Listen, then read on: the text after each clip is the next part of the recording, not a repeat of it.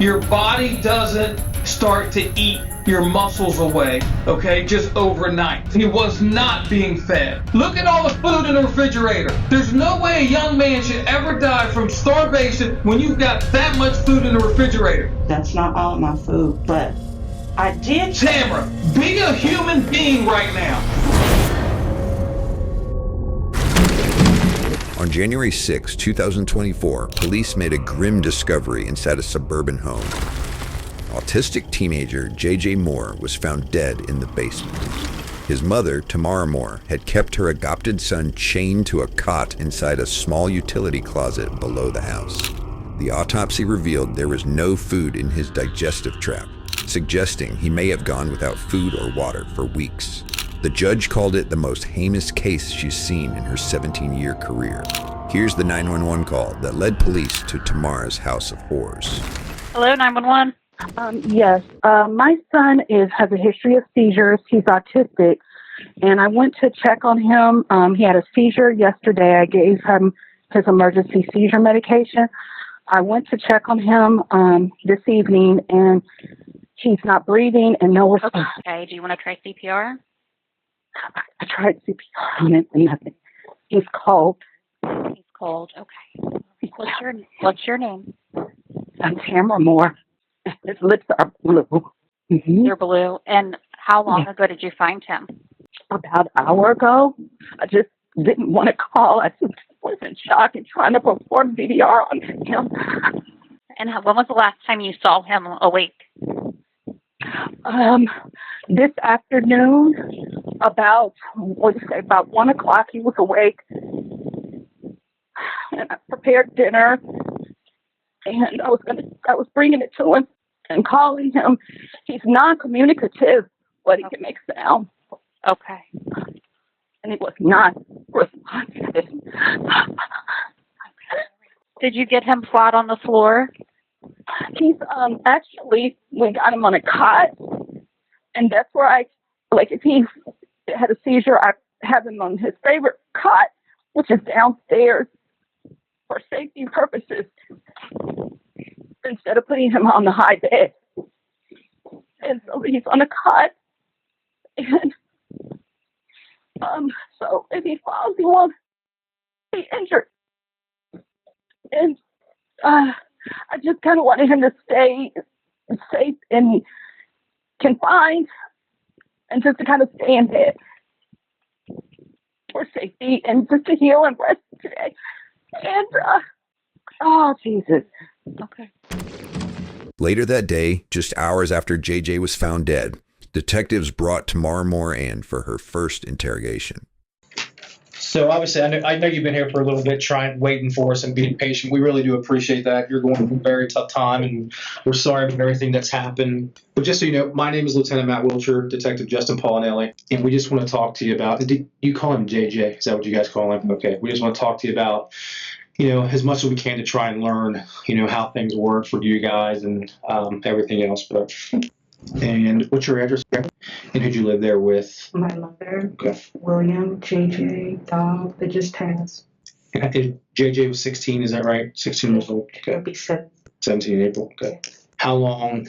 JJ's adopted, is that right? Do you adopt him? Okay. He was my foster son. He came to me at 11 months. So he's been with me since 11 months. Gotcha. You eventually adopted him, is that right? And you legally adopted him at 5? Yeah. Do you work? No, disability. We have 3 autoimmune diseases. Are you the main caregiver for JJ as well? Does William work? No. Okay. And how long have you known William? We went to prom together. He's older. And then we lost contact. So. Okay. So you've known him for probably 30 years. Okay. Mm-hmm. How long would you guys say you've been dating or engaged? Dating 13, 14. Okay. JJ was in the basement. We had an electrical problem. Okay. Happened October the 28th. Mm-hmm. That's the warmest area. And I was told by his doctor to kind of keep him away from like the TV if he had a grandma seizure or anywhere he could hit his head.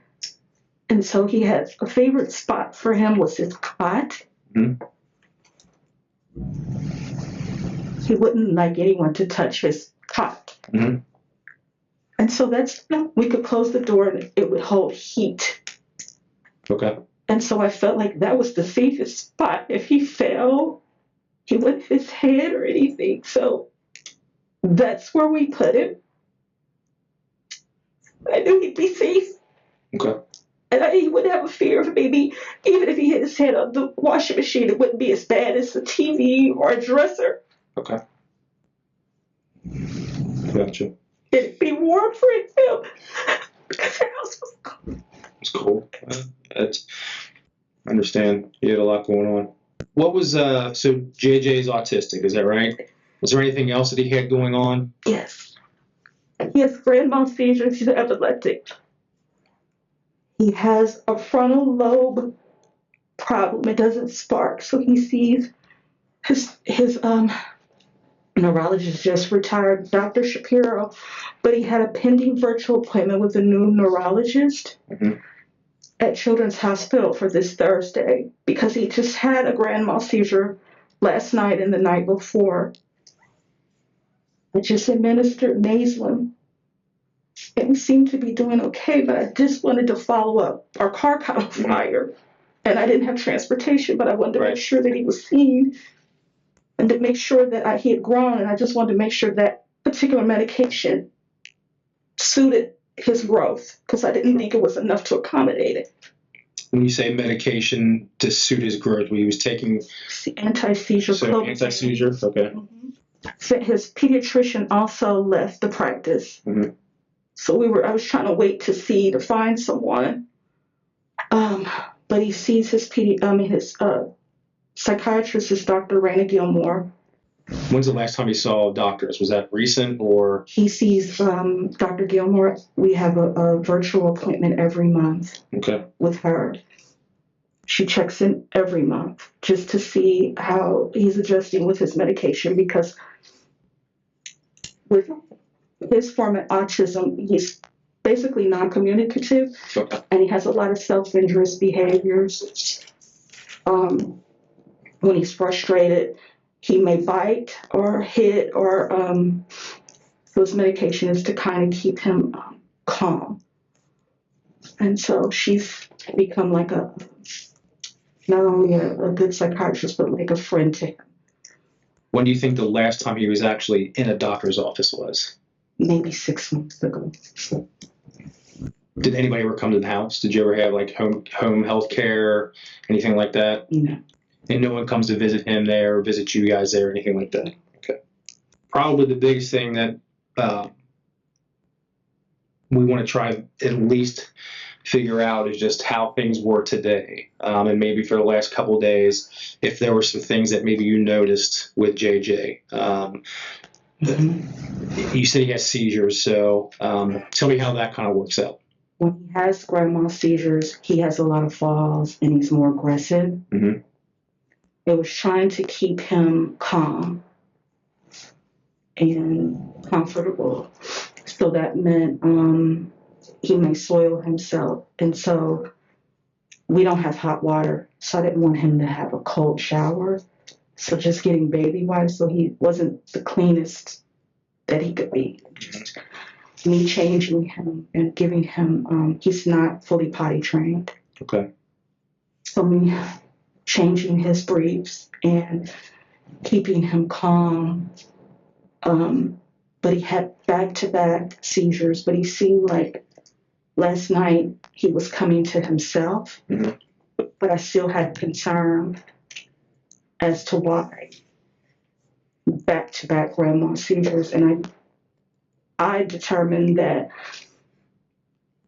he's non-communicative, but I believe he was grieving. I believe he was missing my mom. So sure. When he has seizures, and like you said, it's not normal for him to have back-to-back ones like that, is that something that you call doctors for or reach out and say, hey, he had 2 back-to-back seizures, this isn't normal? Did you reach out to anybody for those? I made that appointment. They said, go ahead and make an appointment. We'll try to get you in virtually. Okay. So you made an appointment yesterday? Yes. Okay. Would that have been with Dr. Gilmore? No, that's with the neurology department. It's a new doctor. I can't think of the name at Children's in Liberty. It's supposed to be for Thursday, I believe, at 11:30.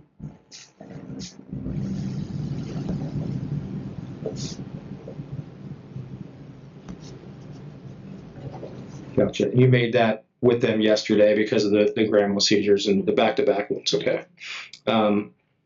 Where's his medicine at there? Do you keep it all in the same spot, or?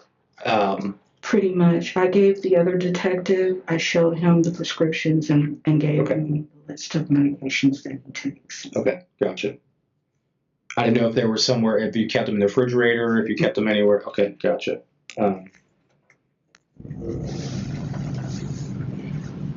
So when he had the seizures yesterday, did he fall? Okay. And how did he fall? He fell forward, and luckily he was downstairs. The day before that, he fell, but he didn't hit his head, he hit his shoulder. Did he hit his head yesterday? Yes. Okay. And he got up. When he fell forward and hit his head? He got up, and I gave him a seizure medication, and he responded. Mm-hmm. And I've been told that if he responds, and it doesn't look like he's laxed or anything, just keep him comfortable. Mm-hmm. And the times that I have called Children's, they just kind of call me back and say he's fine, give him the seizure medication, and watch him, keep him as comfortable as possible. Mm-hmm. So that's, and make an appointment. So that's. When he fell and hit his head, do you think it hit his head hard? Do you think it was? No, he didn't hit his head hard. Nothing so no marks, it wasn't bleeding, nothing like that? Okay. No. He kind of had a little mark on his lip. Okay.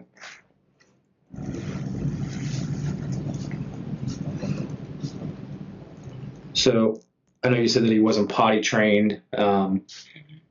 How often do you have to change his diaper? Could he tell you when it's time to go to the bathroom? He would say it's time. I said, JJ, it's time to have a boo-boo. Right. And he'll go to the bathroom. So he can go to the bathroom himself he won't do it on his own. You have to tell him. Okay. How often or frequently would you have to change his diaper if he's wearing a diaper? Maybe 3 times a day. He might not have a bowel movement, but he'll urinate in his diaper. Okay.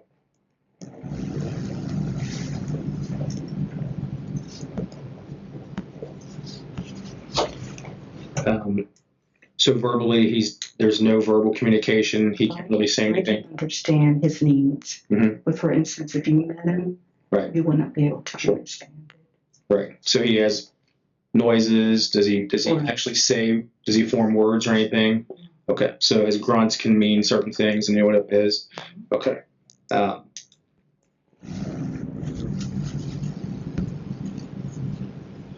Nobody came there, so no one came to the house to see him or anything like that. The only people that have been at the house have been you and William. You said there's a couple cats there still. Is that right? How long have you not had hot water? We went after Mom passed. My friends that are outside, one friend decided to pay for us to stay an extended stay because it was too cold. So we were there for about 6 weeks. We've only been back for about 2. So the house is a mess. We were trying to get rid of things to think about selling the house as is. So we've been without hot water since October the 28th. Gotcha. So we've been taking ice cold showers, quick ice cold showers, or warming up a pot and filling the tub. Would you stay in an extended stay for a while? Which extended stay were you guys at? Borash. How long were you there? Do you remember the dates? From about the 19th to about a couple of weeks ago. It's a blur right now. So December until just a couple weeks ago? Sure.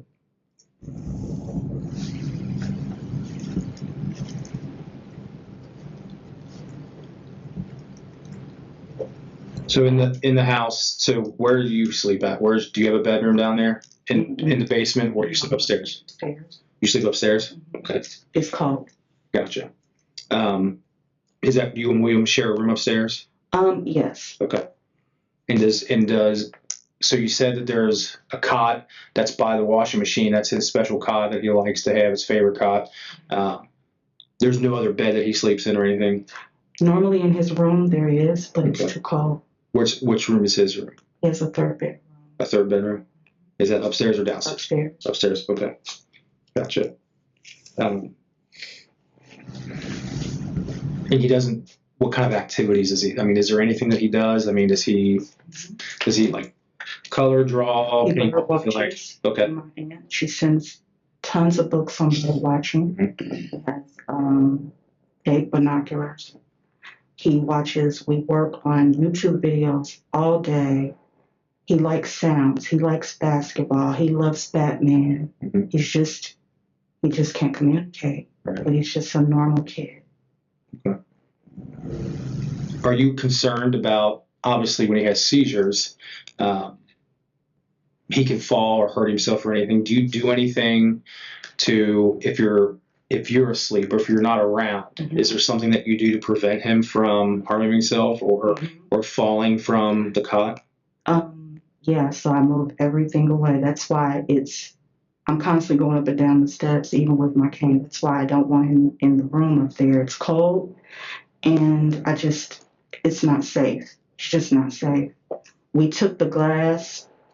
He uses my mom's shower. Mhm. I took the glass out of the shower. And even though I'm there when he takes a shower, he hates that.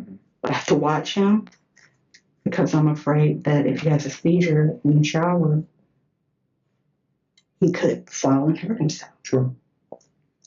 Is he capable of doing those things on his own? Could he get up and walk to the bathroom, Mhm. take a shower, take a bath? Could he do those things on his own? Yes. Okay. I He mean, wouldn't he's need you. assistant. I was going to say, would he need you to say, let's go do this? And Yeah, he would need that. could he wash himself if he was going to do With that? assistance, you can say, okay, JJ, wipe your legs, Mhm. wipe your stomach, wipe your face. Okay, gotcha. And if he was in his room, he could get up and come upstairs. He was allowed to come upstairs? Absolutely. Okay, gotcha. Did you put anything like any soft, like, I don't know, is the basement carpeted? Is that, or, okay, so it's cement in the basement where he's at? Okay. And again, I haven't been in the house. I will say that I've seen some pictures that one of the detectives that was over there that you probably saw and talked to, I've seen some kind of getting a little bit better idea of some of the things that were there, but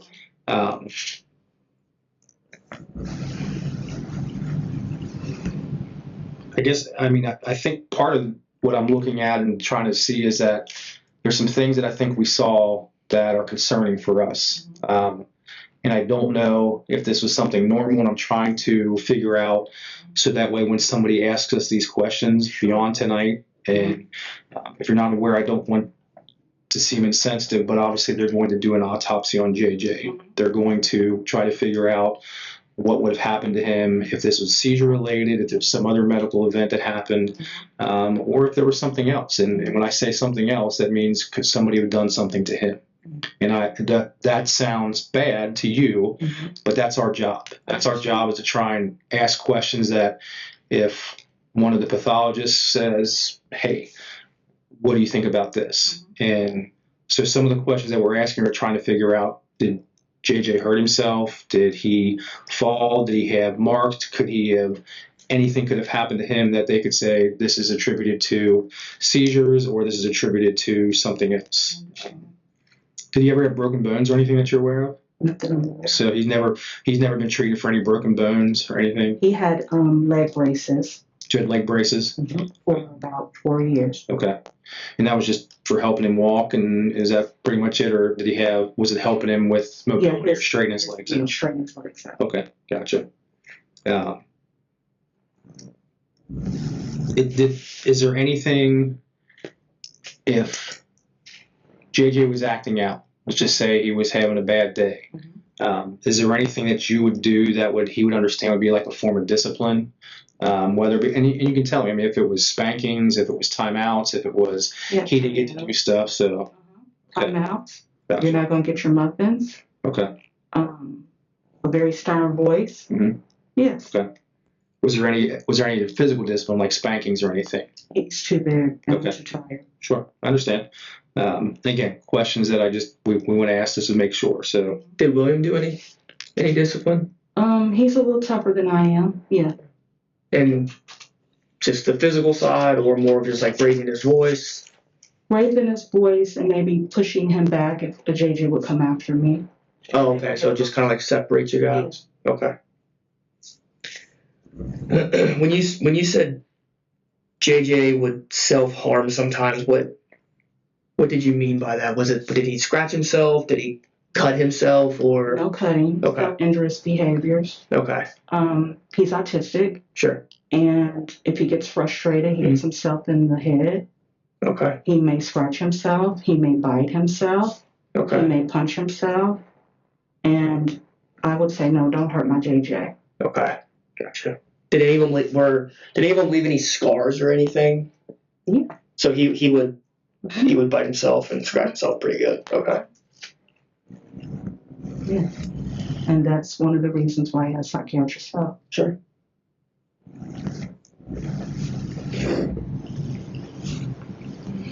did any of the doctors see this? Like, the doctor? So when they would do video conferences or anything, or if they actually saw him at the hospital or the doctor's office? Okay.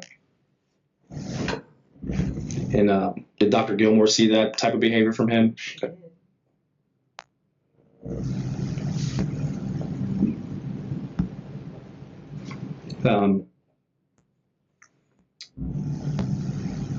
Which room was JJ's room upstairs? So, like, if I'm thinking you go upstairs, you go to the left, the bedrooms are over that way. The left. Okay. So if you go down the hall, Mine was in the back. His was on the left. okay. So was he the first one on the left? Okay, gotcha.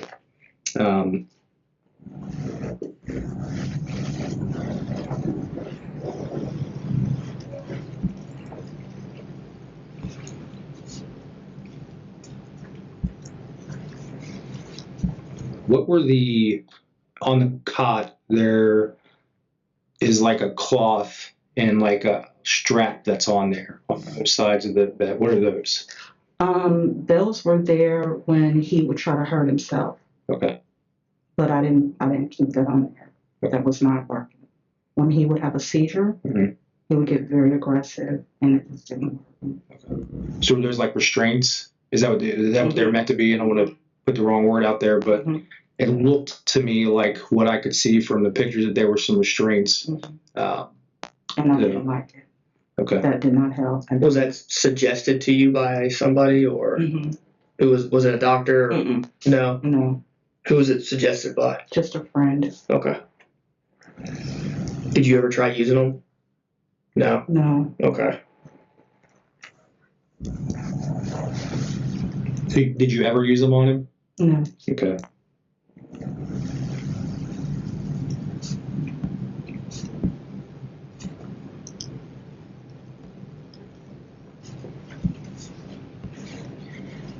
If William said that JJ stayed in that room all the time because if he was out of that room, he would do stuff and get into everything and trash the house, would that be true? No. So if William said that he had to stay in that room all the time because that was the best place for him to keep him from getting into anything, that wouldn't be true? When he was in the state of, after he had a seizure, he would get very aggressive. It was the best and safest place for him then. But he wouldn't stay in there the whole time. No. He would be able to come upstairs and Yes. and sit wherever you guys were, hang out with you guys. Absolutely. Yeah, okay. What'd you do today? How did today go? What did you guys do? Did you wake up? JJ wake up? William wake up? Did you guys all wake up at the same time? Different times? Different times. I had to take care of some things and call my aunt and then check on JJ, but I did not want him to move around as much because he was sick. Okay. So did he stay in the room most of the day today? Okay. So he stayed there. He didn't come up or anything like that. No. Okay. How often did you check on him today? I checked on him in the morning, and then when I went back down, I found him. Gotcha.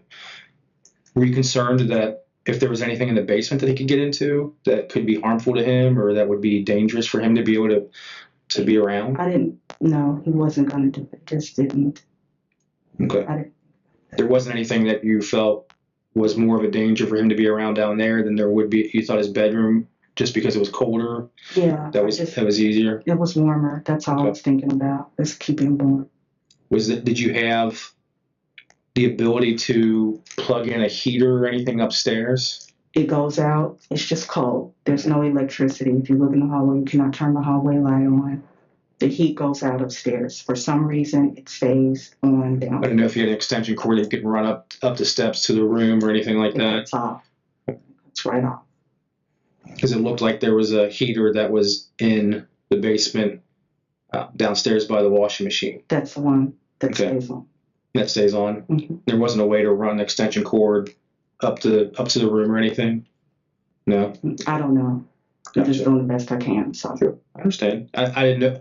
And I'm just thinking because the laundry room, the things that were down there, the fact that the furnace is right there, it seemed like it wouldn't have been his bedroom might have been a little bit better, but I understand that you wanted to be warm and keep him everything else. So. I don't know. I'm tired. I just didn't.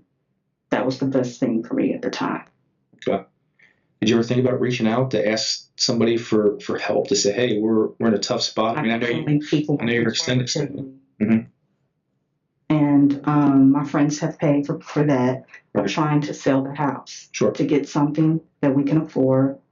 And as is, that was my plan. Sure. That's what I was working on today, to get out of there, to sell the house as is. Okay. Because people working cooperatively has not called me back. Okay. It's understandable. I don't know, do you have family or friends other than, I know you said friends, but do you have family that are around that could have been helping or could have tried to help? Or I don't know what your relationship is on that. I'm only asking because I don't know the answer to that. With my mother just passing, my resources. Sure. I understand. Yeah. So my best bet was to sell the house and us live comfortably with heat. So that's what I was trying to do. I do have family. I'm very blessed. I do have friends, but they also have family and they also have other things that they're doing as well. And when my mother got sick, my resources and everybody was trying to help with that. There's only so much you can do to ask people. Right. And there's only so many resources they can do for you before they say, hey, you're on your own. Mm-hmm. We can only do so much. We just buried my mother. Sure. Believe me, I completely understand. And that's why I'm asking if there was somebody that you reached out to or somebody that was willing to help, that a little bit here, a little bit there. Mm-hmm. And I get it.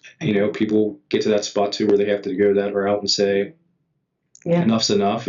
But my concern is for JJ. I mean, he's in a position where if he can't really communicate if something's really wrong, he can't really communicate if something's not right.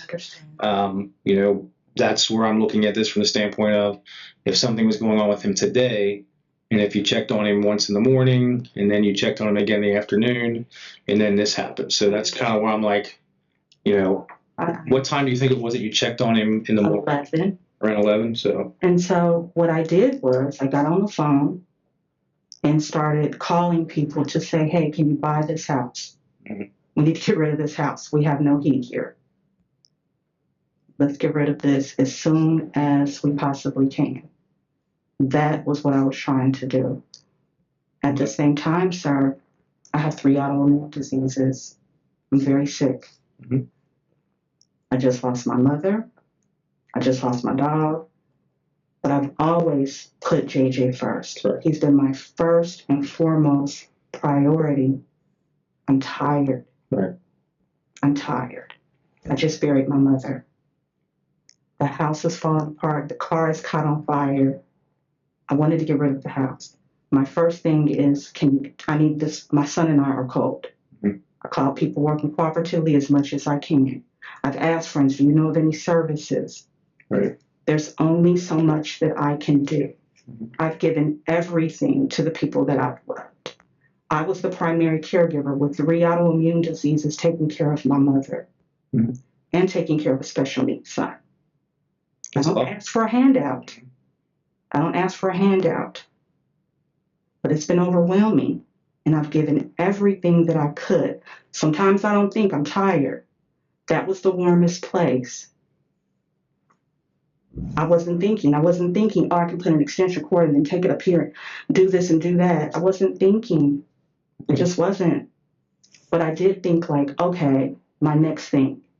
I can't fix this house up, but I can sell it as is, get some money, get something more reasonable for us, and we can be warm. We can't go another winter. We can't go in the heat. We can get the heck up out of here and live our lives.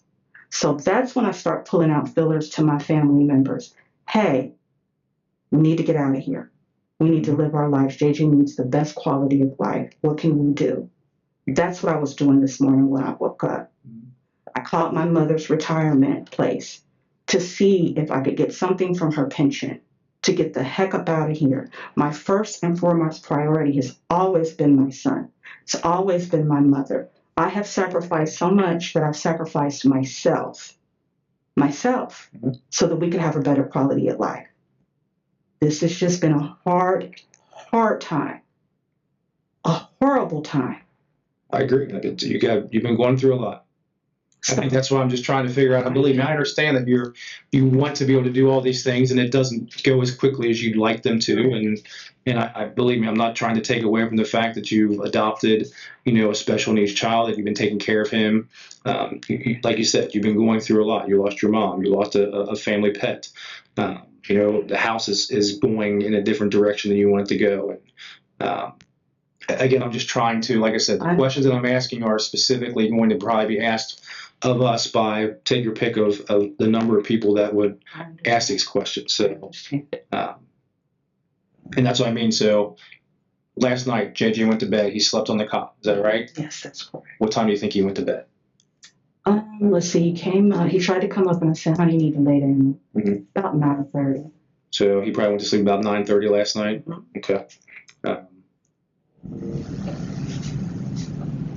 And then you didn't see him again until about 11? Okay. And when you saw him again at 11 the next day, he was awake. What happened? Did he eat? Did he come upstairs? No, he did not come upstairs. Okay. He ate, drank a little. He did not really, he wanted something solid, but I was afraid that with him having a seizure, I don't want him to have a seizure and have something that would obstruct his pathway. Sure. So I just gave him soup and something to drink and kind of crushed his medication. And I said, I'll check on you. I just need you to rest. And that was at 11. You gave it to him downstairs? Okay. Can he do that on his own? Can he eat the soup on his own? Okay. You didn't have to stay down there and feed him or anything? Okay. And he stayed down there that entire time? Just kind of curled up. Gotcha. What did William do? What does he do when he gets up? He got some coffee. I wasn't really paying attention to him because I was trying to handle what I needed to do for the day. Sure. Okay. So you got coffee, and he didn't do it. You don't know what it was. Yeah. Gotcha. I was on a mission to figure out, to call my brother and find out if we heard anybody about buying our house, to call au pairs, to get medication refills. I was not paying attention to William and what he was doing. So after 11, when's the next time that you saw JJ? After I made all my calls and I talked to my aunt, so I needed to check on JJ. I wanted him to rest. I'm going to go down and see how he's doing. When I went down there, I knew that something was wrong. I just started calling 911 because I think I went into shock. What time? So you went down, thought something was wrong, and then called 911? I waited a while, honestly, until I called my brother-in-law. He said, you got to call 911. What time do you think that you noticed that something was wrong with JJ? Closer to 4. Okay. 3-ish, 4-ish.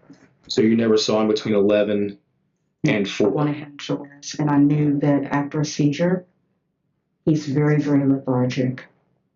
Okay. And it's very important that he rest. So after around 4, you waited a while. You say you waited a while to call.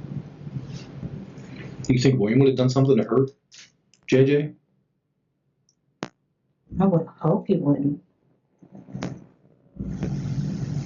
Has he ever hurt JJ before?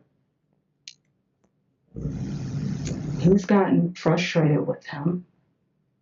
And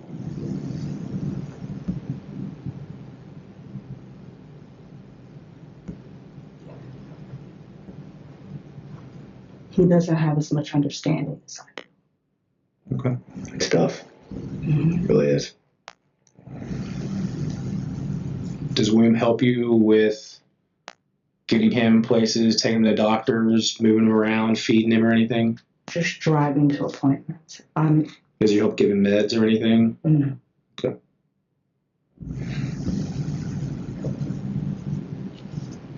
You're not concerned that JJ could have done something in the basement, that he could have, any of the things that are down there in that basement, that he could have either He can't gotten into or... open things. He doesn't have the capability to open things. Okay. So he can't, So nothing down there that, whether it's laundry detergent or any other chemicals or anything like that, he wouldn't have the ability to open, No. to ingest or anything? Okay. Do you think there's any injuries on JJ that would be considered new or fresh? Unless he got frustrated with himself, that would be the only thing. It's just be self-interest.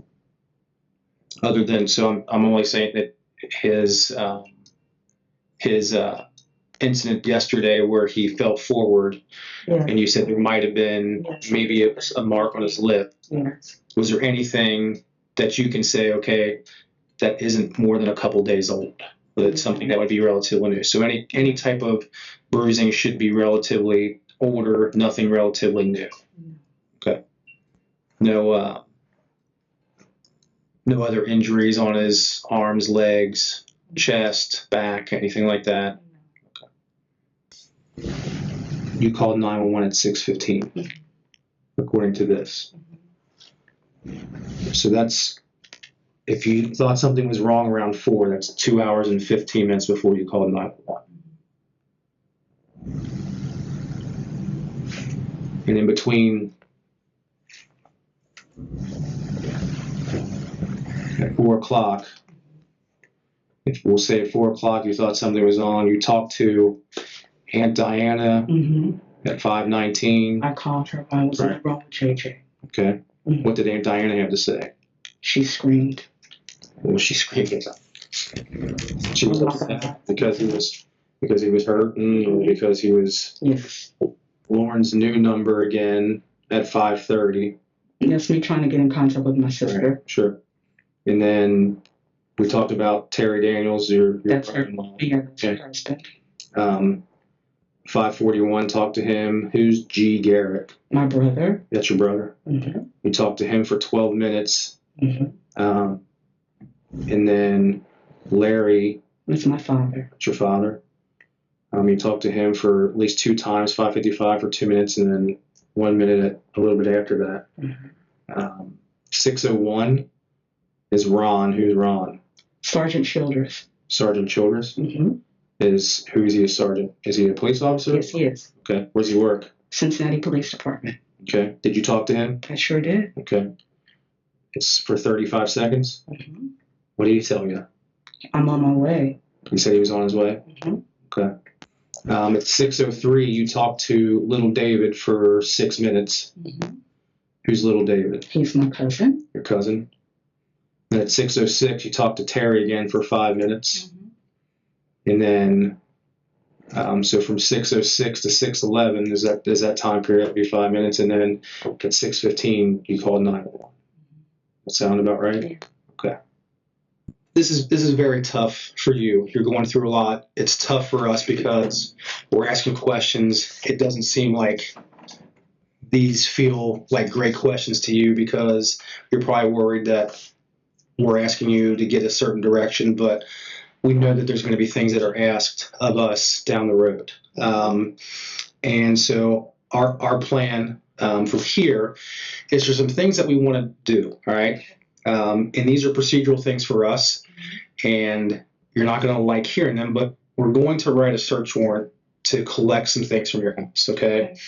And that is just a cover basis from a legal standpoint. I know that if I asked you, you'd probably say, please, you could take this. And what we're looking for is we want to be able to take the cot, and that was associated with where JJ was, just in case the coroner were to say, hey, I need to see this or do whatever, that might be something they'd look at. So we want to be able to take his meds from there, so that way they can say, here's his meds. And I'll be honest with you, we just talked. They don't know where they are. So maybe you know where they are, but if they were upstairs, downstairs, they saw meds, I think, for you and for your mom and maybe even William, but they did not see his meds. So if they're there, then we'll be able to do that and find it. So that's the only thing that we kind of really want to go back and look for, just to make sure, or at least be able to take. And I will tell you that's going to take a little bit longer. So to be able to go back home is one thing, but you're not going to really be able to go back until we kind of go this route and finish this. I know you've been patient. It's been a long day, and probably a long several months for you with everything you have going on. But I think there were a couple other things that I just wanted to clear up. So how often do you have to change JJ's diaper? About twice a day. Twice a day. Okay. And when you change his diaper, is it, so when I say diaper, I don't mean like baby type diapers. I'm sure it's probably like an adult type diaper, like maybe Depends or something like that. And do you have like boxes of those where new ones and everything, so you change them with a new one every single time, right? Mm-hmm. Gotcha. Yes. All right. And then those old ones you just throw away. That's it. Every day. Gotcha. Clean them up and that's it. Yes. Okay. I think too that also. Do you know where the medications are? They're in the kitchen. It's cluttered in there. Sure. It's in a bag. It's in a gray bag, probably on the side somewhere. A gray bag? Across from the refrigerator. Across from the fridge, a gray bag. Okay. Like a grocery bag. Grocery bag. And how often is he supposed to get those meds? He gets them morning and night. And he's out of it actually, his emergency seizure medication. He's out of it? He's out of the, so that, what meds would be in the bag then? Seizure medication. Okay. Psychiatric meds. So antidepressant, medication to keep him calm, and medication for aggression. So he gets those meds are normal morning and nighttime meds. And then he had emergency seizure medication. And ADHD medication. Okay.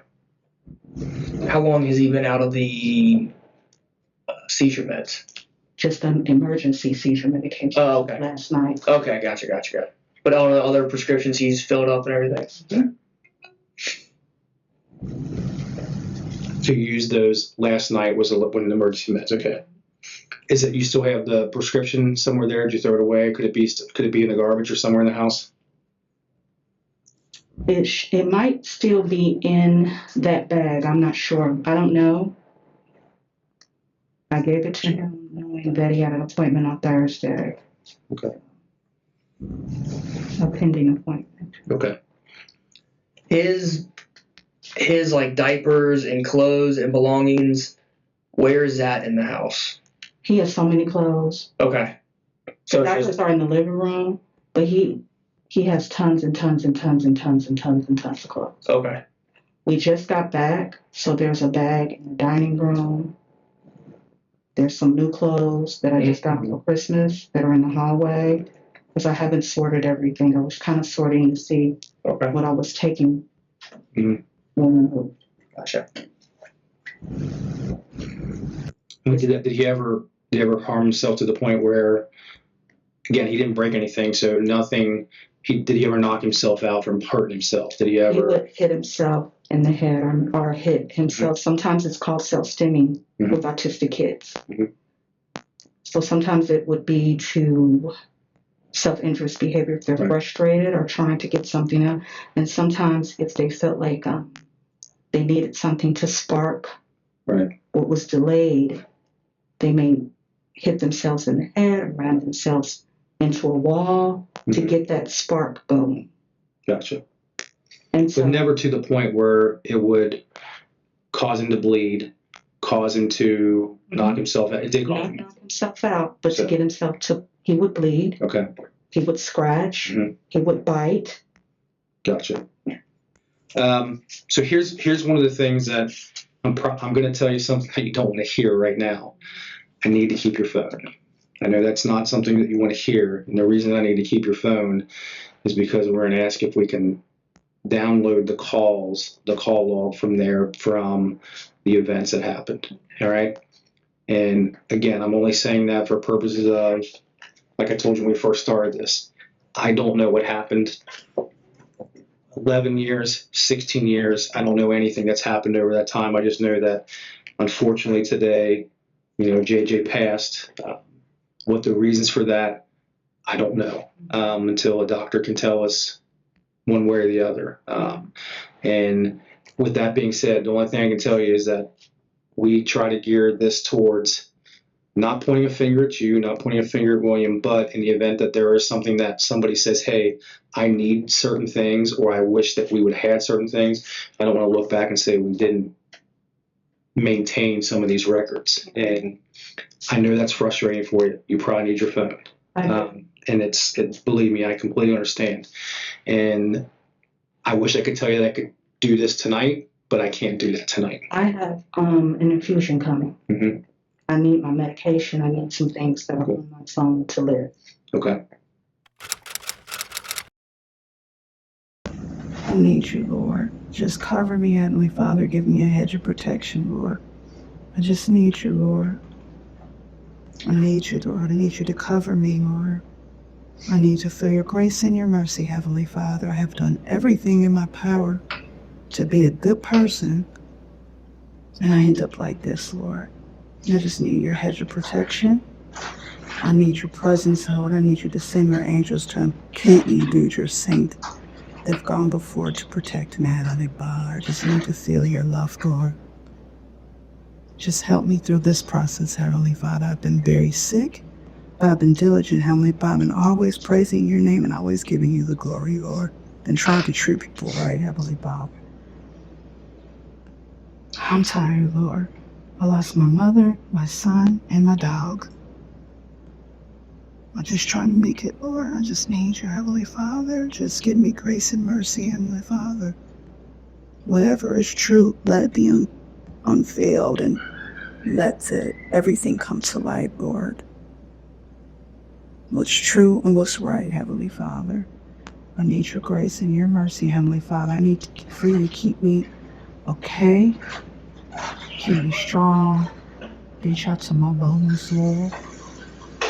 Help them, Heavenly Father, at more cags of Ryan. Help us, Lord. Help us, Heavenly Father. I love you, Lord. I give you grace and mercy.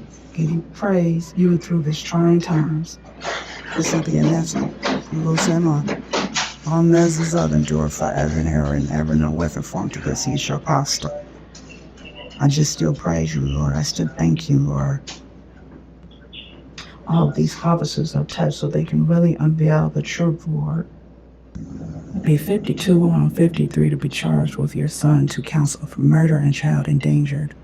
And all you try to do, Heavenly Father, is try to make everything work. I just need you, Lord. And just thank you, Lord, for everything that you've done and everything that you're going to do. Please, Lord, in Jesus' name we pray, amen.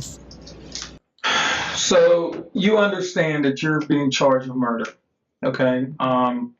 You're being charged with murder and child endangerment is what it is.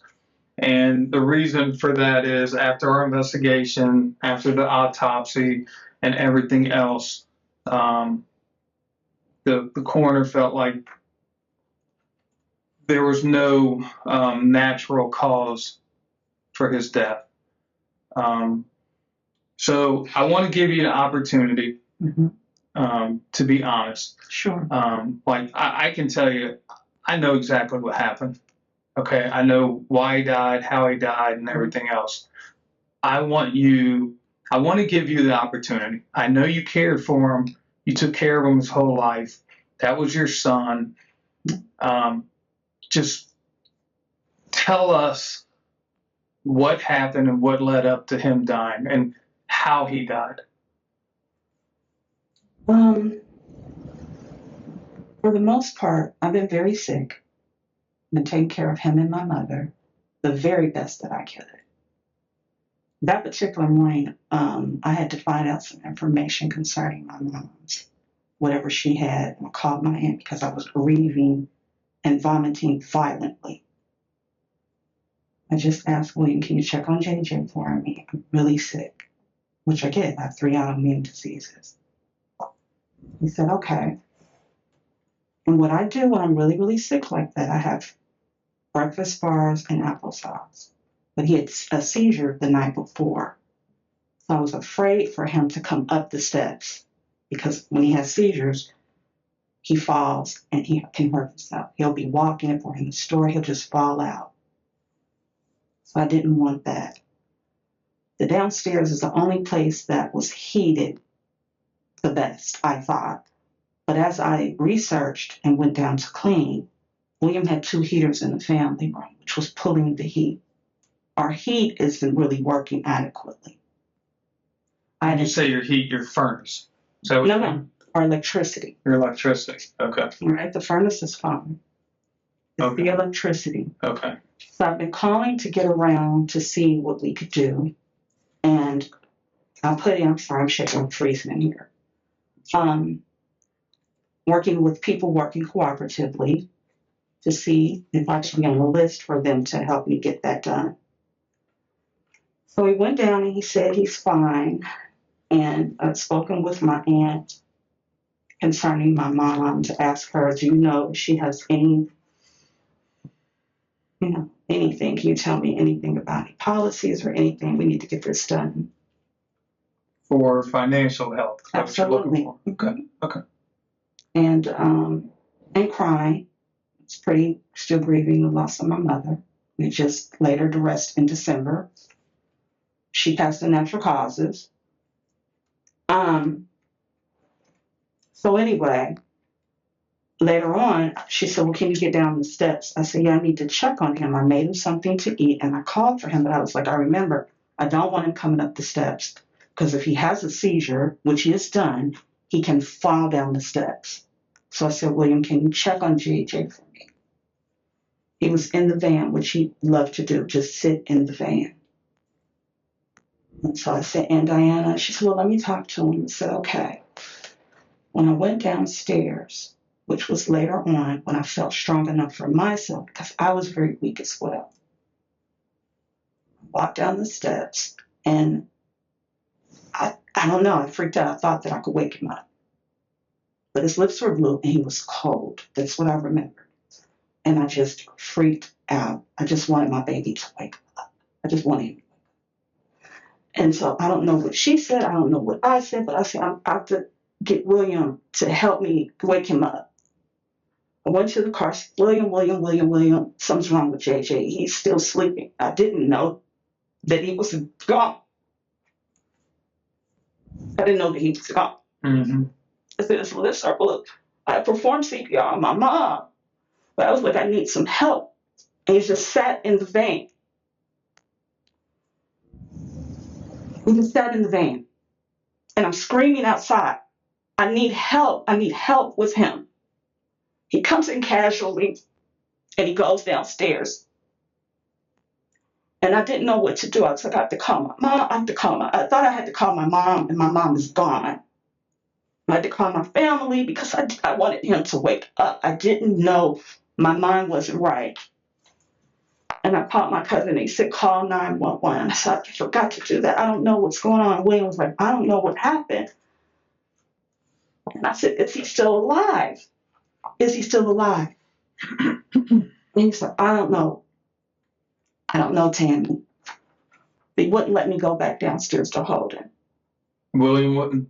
Okay. No. And I came back upstairs and I called 911, still hoping that maybe he could still be alive.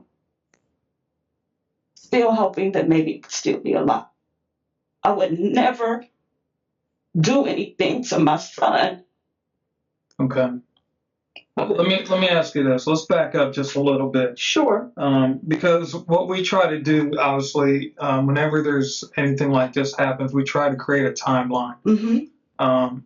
And some of the things that we know from the coroner and some of the things that you've said sort of contradict each other. Mm-hmm. So I'm trying to create a timeline. And looking at your phone, that morning you were making a lot of calls. I know you called OPERS and you were calling some investors that. Not investors. Well, somebody was trying to buy the house. Is that correct? No. Because you had quite a bit of, like, there was calls from investors that were returning your phone calls. Maybe so. I don't know. Okay.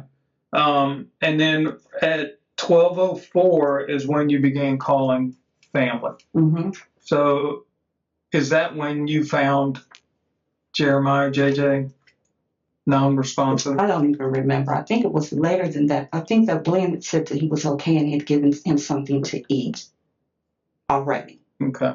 And I said, okay, well, let me call and ask Aunt Diana to make some more calls to try to see if we can get something to get this electricity back on. Okay. That was my main goal. So let me ask you, in your previous statements, you stated that you went down around 11 o'clock and you checked on him, that he was okay. You gave him some soup, you gave him something to drink. Yes. You gave him his meds, and I believe you said that you changed his pull-up. No, I did not say that. Okay. No, I did not change his breathe. You that would have been too difficult. That day. Okay. Okay. And I was going to do that later. Okay. So you said that was around 11 o'clock. And so again, you started talking, you called Aunt Diana at 12:04 p.m. and you talked to her with a few minute break. I mean, you hung up a couple times just for a few minutes. And then you would call her right back. But you talked to her for almost 5.5 hours that afternoon. I know again, going back to your initial statements, you said you went back down around 4-ish. That's what I thought. There. Yeah. And that's when you found JJ unresponsive. Correct. Now at 4 o'clock, your phone shows that you were on the phone with your Aunt Diana. So again, I'm just trying to create at this point. It's not that big of a deal, and that's where I just need you to be honest. Yes. I mean, you said you found him at 4. You didn't call until 6 initially. That was your initial statement. It's my opinion, through my investigation, that you probably found him around noon, and that's when the phone calls, because you made 15 phone calls between noon and calling 911. No, I did not find him that late. I thought that William had checked on him. I was calling family members to kind of find out how I could either get this household or get the electrical problem. But I thought that he was okay. I trusted William and thought that he was okay. Okay. Now, do you know that we went to Atlanta and spoke to your Aunt Diana? No. She didn't tell you that? No. Okay. We went to Atlanta. We spoke to Aunt Diana because she wouldn't return our phone calls. She's telling us something different. Okay. She stated to us that, yes, you called and informed her that Jeremiah had passed. I was on the phone with her screaming, he's gone and he's unresponsive. He's not listening to me, Aunt Diana. Okay. So these are just the little things that I'm trying to clear up, because the investigation is showing things that you're telling us that aren't corroborating together. Your statements and what other people are telling us and what we have physical evidence just doesn't match up. That's where I wanted to give you an opportunity today to be honest, because we know why he died. Okay. Do you know why he died? I don't. You don't know what would have caused him to die? No. Okay. No, I don't. I called people, but I was I was calling people like my baby. I don't know what happened. So I did make a lot of calls to family members. Yeah. I mean, over the 5-hour period, actually 6 hours before calling 911, you called 1, 2, 3, 4, 5, 6, 7, 8, 9, 10, 11, 12, 13, 14, 15. You made 15 phone calls. I probably did. I said, I think he's sleeping in. And then, Terry, obviously, at the end there. Yeah. Told me that I need to call 911. Right. Yeah. And then a few minutes later, you ended up calling. I did not want anyone to take him out the house. Okay. Can you talk to me about the lock on the door, on the laundry room door? Were there times where you would put JJ in the laundry room and just lock him in there and he couldn't get out? No. What about William? Probably yes. Yes. So there was times where JJ would be locked in the laundry room. The lock was for the dog initially. The lock was for the dog. Okay. Why was the dog able to open a door? He put it on there. I don't know. When you say he, you mean William? Mm-hmm. Okay. Because it doesn't make much sense, to be honest. I mean, I'm not. No, it doesn't. I'm just trying to figure out why the lock would be on the outside of the door. I don't. He put a lock on the dog. Now, sometimes when the door knobs are like the vertical kind where they can reach down, okay, I would understand it. But this was a knob. I understand. You would have to turn. I understand, but I never locked that door with JJ in it. But your statement is there has been times where he has been locked in that laundry room. William would. Okay. Do you know for roughly how long or why you would do that? I don't know. I just kind of surmised. I didn't see him do it, but when I went downstairs and I realized that he could perhaps do that, I surmised that he would do that. Okay, but you just said that he did do that without a doubt in your mind. No, not without a doubt. Okay, so now see, this is where I need you to be more clear. Mm-hmm. All right, Tammy? Tamara. Mm-hmm. Okay. I need you to be 100% honest with me. Mm-hmm. Don't tell me what you think or anything else. I just want to know what you know. Okay. So when I ask you, was he ever locked in that room, it's almost a yes or no question answer. Mm-hmm. And then maybe you could say yes, but William would lock him in there. I never did, or something like that. But be more specific, because I don't want to read into what you're telling me and then be incorrect. I understand. Okay. So was he ever locked in that room?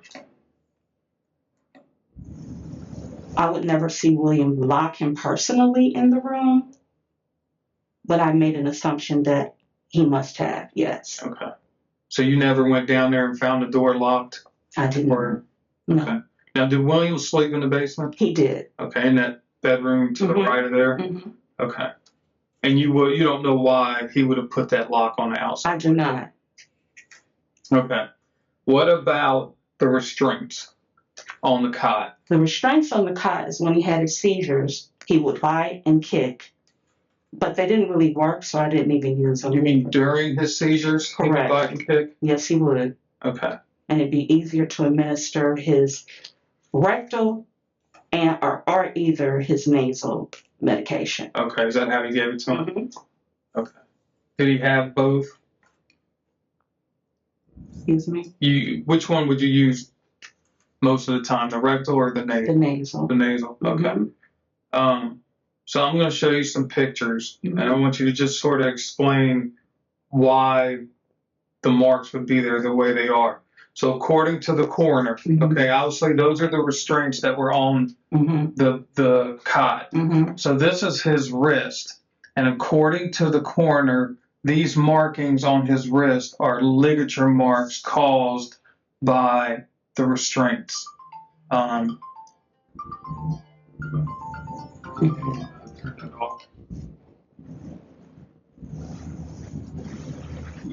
Can you explain that to me? I can, but we didn't use these. I quit using them.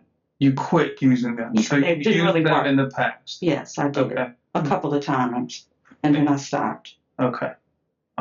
Is there a reason why you left them there, or you didn't take them off, or? I'm just trying to understand. I understand. Okay. I just didn't take them off. Okay. How long ago when was the last time you used it? Probably last year. Last year? Mhm. Okay. And you would use them when he had seizures, is that correct? That is correct. Okay. Only to administer his medications for my safety. Okay. That's how So you put him in the restraints, give him his medication, and then would you leave him in the restraints until he calmed down? He will Because I calm know, down immediately. okay, because I know your statements were after a seizure, he'd get aggressive. Mhm. Is that true? It would be, yes. Okay. And then once the medicine kicked in, he would calm down. Okay, so you kept him in the restraints just as long until he calmed down. Correct. And then you take him out of the Mhm. restraints. Okay. So he never was left in the room with No, restraints never. on him or anything like that? Never, ever, ever. Okay. When he would get aggressive, would you put him in the laundry room and lock the door? So he Absolutely couldn't not. come after you? No, Or William? no, Okay. no. Okay. So let me ask you this. I know you had a dog, Mhm. and we found this dog collar right underneath the head of his cot. Mhm. Okay. And again, according to the coroner, these ligature marks on his neck match up with the same size of the dog collar. So, I never put a dog collar on him. JJ would scratch himself. okay. Okay. I'm just trying to I understand understand. because obviously the coroner's telling us something, Right. and she's saying that these ligature marks have the same size as this dog collar. No, that is Yeah. my. Okay, I understand. Okay, but you're saying you never use that to hold Never, him down or anything never, else. Okay. never. All right. Okay. So now you say the night before he had a seizure, Mm-hmm. you checked on him at 11 was your statement prior. Mhm. Are you still stating that you went down around 11 o'clock to check on him? I'm going to say I don't really recall. My mind was gone.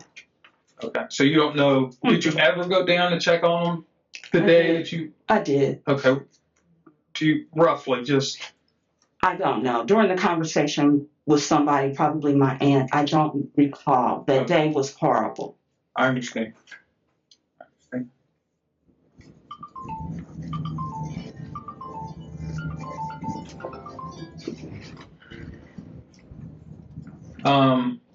So here's just something else I wanted to show you real quick. Obviously, you say you put them down in the basement because that was the warmest spot Mhm. and the safest spot.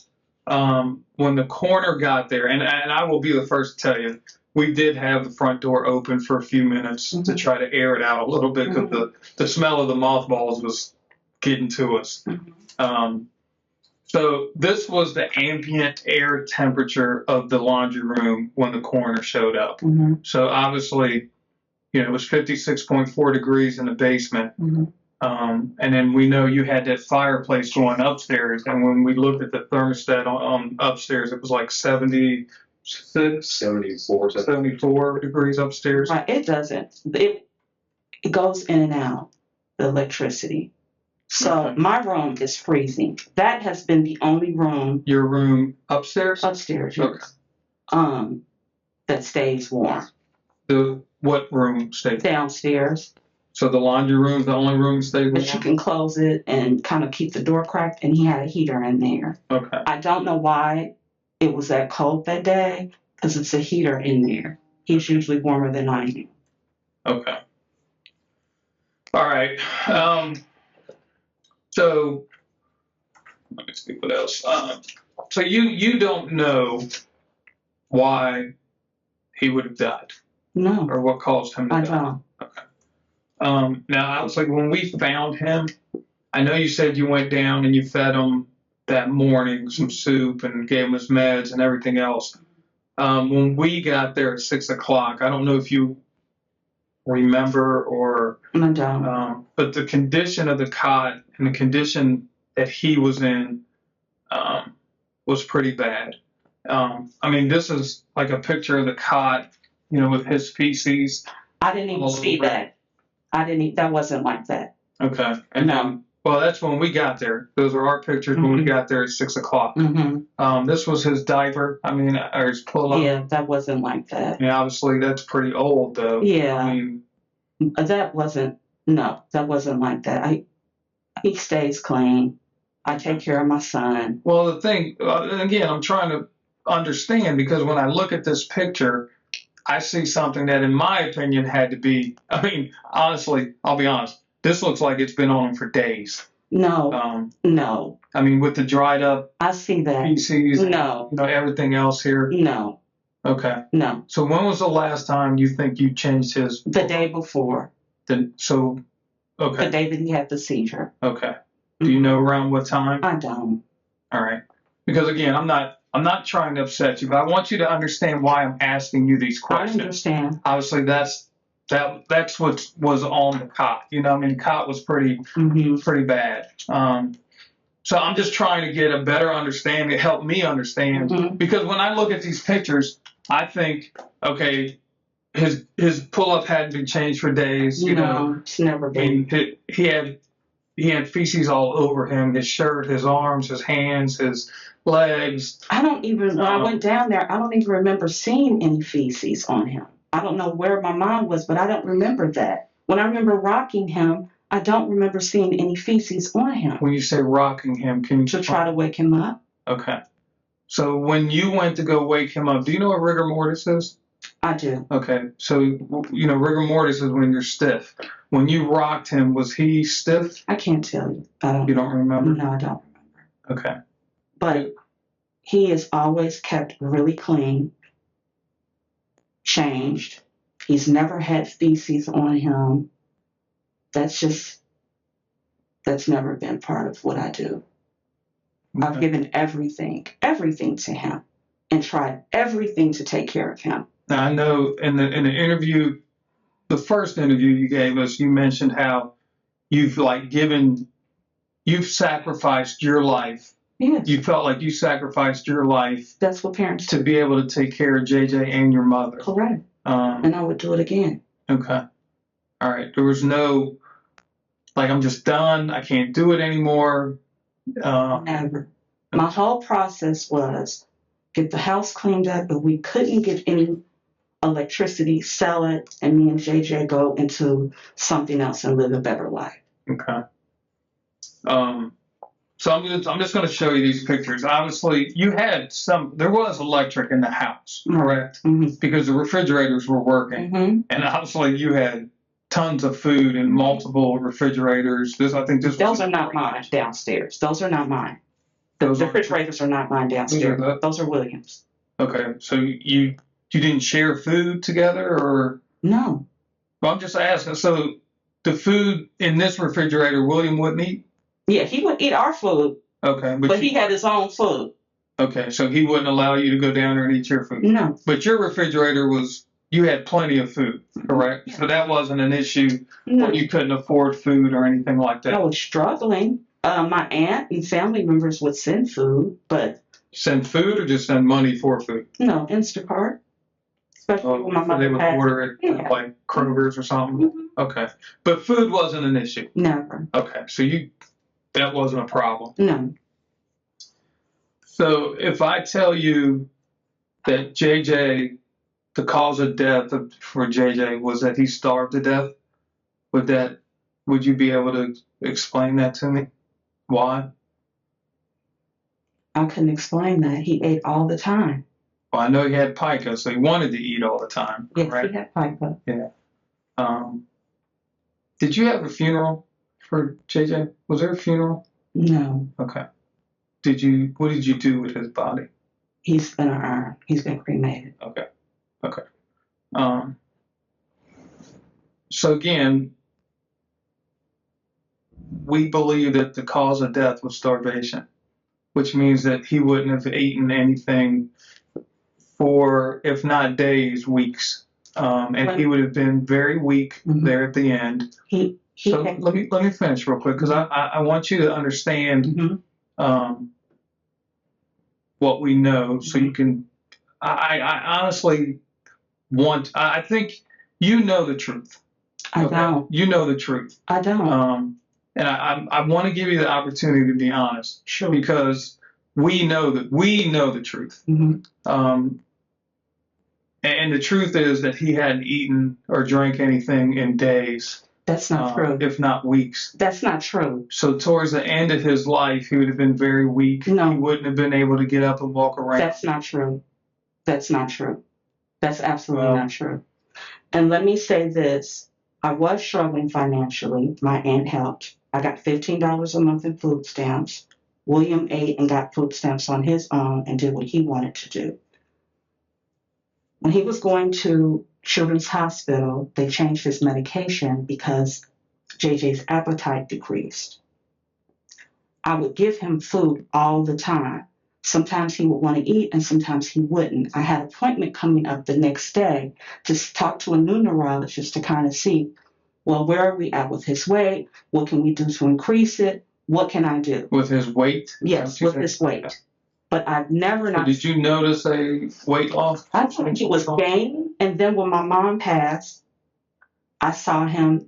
It was a concern of mine. Yes. Mhm. I put it out and he would just not want to eat. And I thought maybe he was going through some kind of depression. But not eating, not for weeks, no, that is not true. That is not true whatsoever. That is not true. Okay. Um, So let me ask you, when your mom was alive, was she the primary caregiver for JJ? Like, no. did she, I mean, obviously you couldn't drive, correct? Right. So your mom would drive him to school when he went She to would drive to ABS. school, yes. Mm-hmm. She would drive him to doctor appointments, and she would. A few. Is she the one that would get his lunch ready for school, Never. or get him dressed, Never. or any of that? Never. Okay. So you're saying you did all that? Yes. Okay. All right. Most of the correspondence, like with doctors, when you spoke to the doctors, and I'm talking when your mom was alive and healthy, Mm-hmm. who were those conversations with mostly? I'm sorry. So if you spoke to a doctor, Mm-hmm. would it be you talking to the doctor, your mom talking Me. to the doctor, or would it Me. be both of If I you? wasn't there, we would do a conference call, Okay. and I would be the main one talking to the doctor. Okay. So your mom, how much involvement did your mom have in taking care of JJ? About 30%. She 30. didn't buy clothes. She didn't get him dressed. She just was mostly the transporter. Okay. All right. And it, real quick, I don't mean to pry too much, but so what happened to your mom? She got sick. Did something happen to her, or did she have a stroke, or? Mm-hmm. So she had a stroke? Mm-hmm. Okay. All right. Is there anything else that you think we need to know? Obviously, I've sort of laid down the groundwork trying to get to the bottom of what happened. Mm-hmm. This is the type of case where, we depend on Mm-hmm. other professional opinions. Mm-hmm. This isn't like a shooting or anything like that. Mm-hmm. So we would rely a lot on the doctors and everything else. Mm-hmm. So if there's something that you can do to help us, I want to give you the opportunity to tell us what happened, why, how, when, and everything else. And That's the summation of what I can say. okay. I didn't know that was the cause. I didn't know that was what was going on. I did see that he had gained and then he was losing, and I knew that there would be times that he wouldn't want to eat, and I thought that he was going through some depression. I made an appointment with a neurologist because the last medication made his appetite decrease. But I fed him. Now, let me ask you this, because again, I want to make sure I understand, because I think in the previous, all I know is what you told us before. Mm-hmm. In the previous interview, you mentioned how he had pica, Yes, and he would get into everything. If he could get his hands on some food, he would get in it and he would eat it. And now you're telling us that his appetite was decreased, and yeah, in the past, he with would do pica though, would that medication still? No, the pica had decreased, but I think that after talking with his old doctor, he said, my concern is that this medication is probably causing him to have a decrease. Let's switch it. Who's his old doctor? Dr. Shapiro Okay. with Children's Hospital. So why are you no longer seeing Dr. Shapiro? He retired. Okay. So before he retired, he told you that? Mm-hmm. Okay. How do you know he was gaining and losing weight? How did you determine that? Just by looking at him. So there was no scale. You didn't have a scale. So like. Yeah, I had the scale, and he had picked up about 10 pounds, and then it broke. Okay. So you knew that he was gaining weight just because of the scale that you used at the house. It wasn't Right. anything from doctor visits or anything. No. So there wasn't weights that you were getting from doctors saying No, he weighed this much, no, weight, lost weight. no. But I figured that going to the appointment at Children's Hospital, and setting that up, we would find out. I know we kind of talked about this a little bit previously about those doctor's appointments. How many times did the doctors actually physically see him? Because I know that a lot of the stuff was virtual, but It was. We were getting back to it because I was taking care of my mom, and I couldn't take the risk of getting her sick, nor myself. So a lot of his appointments were virtual or telephone. But with my mom transitioning, I was going to get back to having in-person appointments and just putting a mask on it. okay. But prior to, when do you think the last time somebody, a doctor, physician, primary care, whatever, when do you think the last time that somebody physically saw, JJ? In person? Yeah, whether it was at your house or in the doctor's office? Last year, sometime maybe in the beginning of the year, Dr. Shapiro saw him at Children's Hospital in Liberty Township. When was that? I'm sorry. When did you say? That was last year, Last year. I believe. I'm not certain. Okay. Can we talk a little bit about, you said that you tried to do CPR. Is that Not on him. Not on JJ? No. Okay. And that was something that we talked about, that you mentioned the first time, was that you tried to do CPR, but you didn't do I don't CPR. think I did. I think I was just rocking him, trying to wake him up. Okay. Gotcha. And William didn't try to do CPR on him that you were aware of or that you saw? No. Okay. Not to get too personal, but why did you kick William out? Let's not use that term. But Okay. Why did you ask him to leave?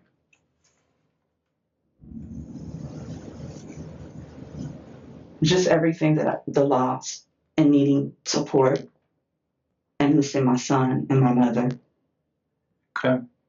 I know I'm going to go back to the first interview again, and I believe it was Lieutenant Wilcher here that asked the question about discipline and William disciplining JJ. Mm-hmm. I will tell you, when I watched the interview, there is a eerie pause by you. Mm-hmm. And I'm not sure if you were trying to protect William but I'm going to ask you again, when it came to discipline or anything like that, abuse, I know there was one time where JFS was called for some sort of abuse No. from William, stating that he pushed him down. No, there wasn't. He would trip him and push him, and There wasn't any. there was a lot of yelling. There is. I can tell you there is. Oh, okay. Okay. There is a complaint that JFS investigated. Now, they found it to be unsubstantial, but I want to give you an opportunity to, let's go back to the disciplining from William. Yes. How would that happen, or what happened there?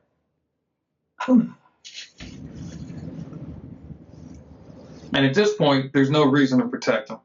I understand. I wasn't protecting him. I think that I'm in shock. Okay.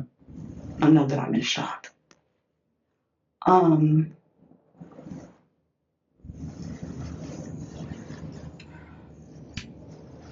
I wasn't brought up with horrible discipline. And I tried to get William out of my home for quite some time. It was too harsh and overkill, ridiculous. It was scary.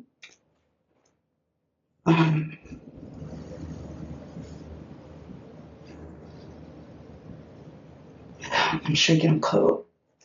Sorry, if I had something to give you, I would. But I have, The heat to kick on a little bit. I feel like we turned it up, so I think it's going up a little bit here. I have,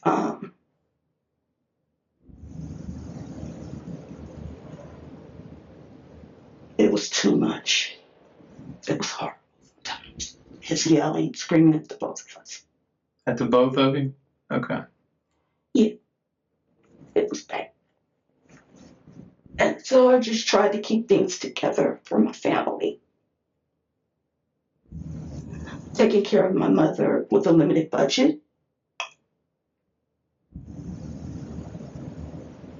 Being very sick myself. And trying to love my son. I would never try to starve him.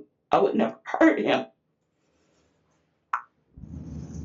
But my main goal was to move. And I guess I had this dream that we would have a better life. Selling the house and getting something smaller so that I could give him a better life. Away from William.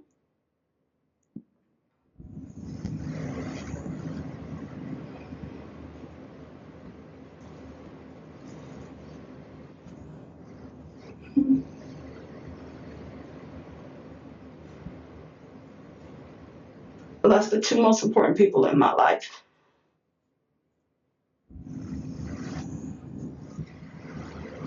I was just trying to hold on. I was just trying to make it better. But I would never hurt him. And so most of our arguments, I would just say, he's a good kid. No kid is perfect, but he's a good baby. He's my baby. He's a good kid. Mm-hmm. And I would get in between them. And I didn't have anybody to go to. I didn't have anybody. I did call the police one time. And it was like, if he lives there, you can't kick him out. You have to go through the process. And I thought by moving, that could separate it. The more that he stayed there, like he broke my garage doors. He's damaged my home. That by moving, we could separate. That JJ and I could have a better life. I would never starve my baby. I would never do that. I would never do anything that hurt him. But I felt like these.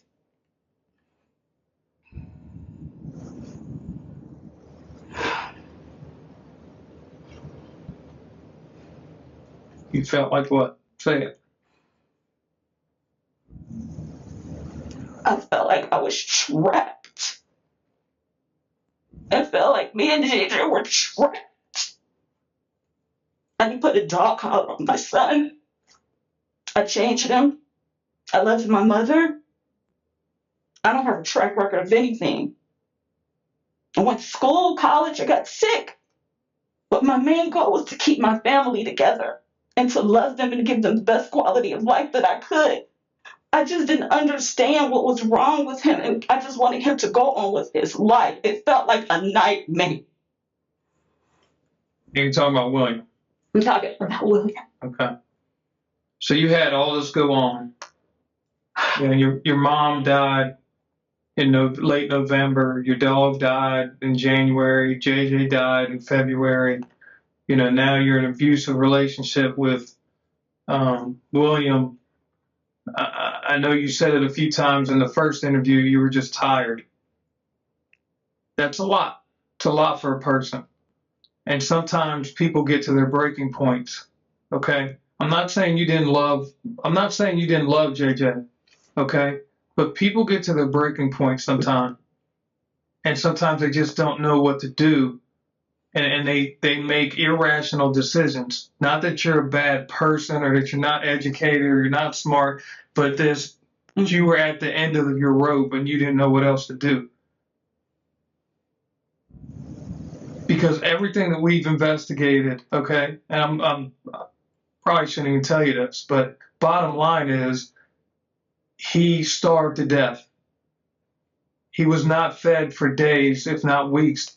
That's not true. It is true. It is. You can't say it because here's the difference. You can say that, but the evidence, there's no doubt, there's no fighting the evidence from the autopsy.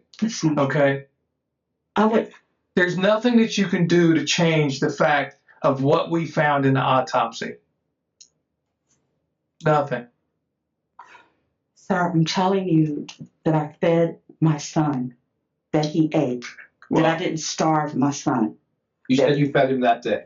You said you fed him food that day. William fed him, supposed to fed him that morning, and then I fed him. When you all came, I had food out there on the waiting for him. Well, I will tell you that between the two, whether you or Williams, whoever, it was our understanding that he was fed that day, that he was given food around 11:30, that he was given food, soup to eat, and that he was fed down in the laundry room where he was. Yes, he had soup, tomato soup. And so that he was given food, that's the part that Detective K was talking about, is that the evidence doesn't support that you fed him because there was nothing in his stomach. I don't understand that. I fed him. And I understand that you don't want to understand or you don't want to believe that, but that's the part where we're trying to ask you about how things were. And if you were at that point when he's talking about the breaking point, is there something that just in your mind you said, I can't do this? No, I took pride in loving and caring for my son. But let me ask you this. I know that you talked about how you didn't go to the basement very much because that was William's bedroom over there, but you had a hard time getting up and down the stairs sometimes. How do you know that JJ was being fed? Were you making the food, which is what you're telling us, that you took care of him? Yes. And then William's job was to bring it to him? Yes. Is that usually how it works? Yes. Okay. And then when they were done with food, who cleaned up? Who got the dishes or brought it up or anything along those lines? JJ will bring it up, and then we'll get a shower and we do our work. Okay. But there's a history of me always feeding him. There was no breaking point. I took pride in whatever I had, making sure that he ate. Did you see that he was eating? When I called him in the evenings, in the afternoon. I didn't know, like, did you see him physically? Did you eat with him sometimes? Did you go in the room and watch him eat? Did you feed him? I would eat with him. Did you have the ability to, like, again, or I'm sorry, did JJ have the ability to feed himself, use a spoon, a fork, yes, he did. Whatever he could feed himself? Yes. All that stuff. Okay. Yes, he did. And that's what I'm asking you, if, you physically watched him eat his food. Yes. But the food that he ate that day, you did not see him eat. I did not. Okay. But did you see him eat the night before? Yes. And then did you see him eat the day before that? Yes. There's still no food in his stomach. There's nothing in there. There should be some food in there. Well, again, I understand you want to believe that, but we're telling you that. I understand that. Medical professionals who do this for a living and examine JJ, there's nothing there. There's nothing in his stomach. Not only is there nothing in his stomach, but there's 21 feet of intestines that there was nothing in also. I don't understand that. So what we're telling you, there's, and this is where I tell you, like, there's no disputing it. Okay, we have physical evidence that you can't just say, well, I don't care what that says. I'm telling you I fed him. Because I'm telling you, you didn't feed him. Okay? And I'm telling you I did. Well, the evidence shows otherwise. Okay? And I will be honest with you. I want to be respectful. I understand you're going through a lot and everything else. Bottom line is, I think he was locked in that room for more than 2 or 3, 4 or 5 days, if not weeks. He wasn't fed. He wasn't given any water or anything to drink. He wasn't given his medication, and he laid on that cot and he suffered and he died because of neglect from you and William. No. Because that is what the evidence shows. So I'm giving you an opportunity to be honest and tell us what happened. But if you're going to sit here and tell me that you fed him that day, I said William was supposed to feed him that day. That night he had the soup. You're changing the story. You can't keep doing that, because what you said the first time to what you're saying multiple times now is that what we are gathering from this and what you said, William didn't help with anything. Now he helps with this. Your mom was 30% of the help, but mainly just to do the driving and things like that. But so bringing that up, let me read you his medical history, okay? And I won't go back too far, but let's go back to 2020. All right, you met with the neurologist through telemedicine with mom and grandma. Neurologist visit in 21 with grandma. Last visit at Children's was with Dr. Shapiro. Shapiro even noticed significant weight loss at that visit. There was no visits in 2022. He had a seizure in 20 where he went to the emergency room with mom and grandma. So when you tell me that grandma only had 30% of taking care of him, everything in here, grandma is a part of.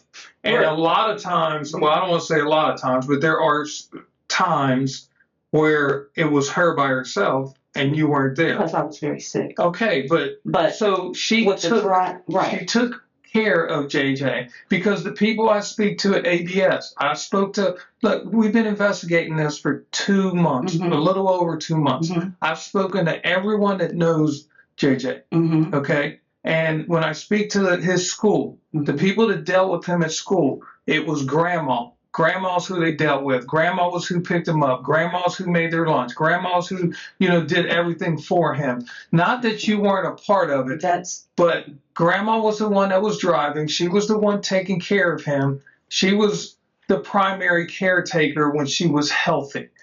She was not. She was the care. She would take him to school. I had him on a very strict diet of no gluten. I bought his food. I made his lunch. I bought his clothes. She got in the car. I gave him a shower, got him ready, and that's how it was. She was with me because she was my support system. I was at every ETRs, IEPs, and she was with me. So that is not the truth. So I think she's more involved than just 30%, what you're trying to say. So no, she wasn't. But I appreciate what you're trying to say. We're going to agree to disagree. She wasn't. Okay.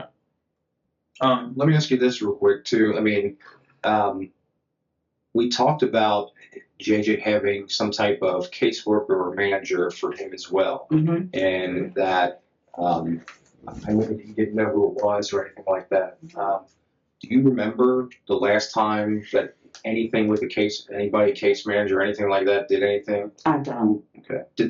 Did people reach out to you and offer things, or no? Did you ever talk? No, did you talk to anybody, or no? At one time when they had a scholarship where I could get respite, but that ended before COVID.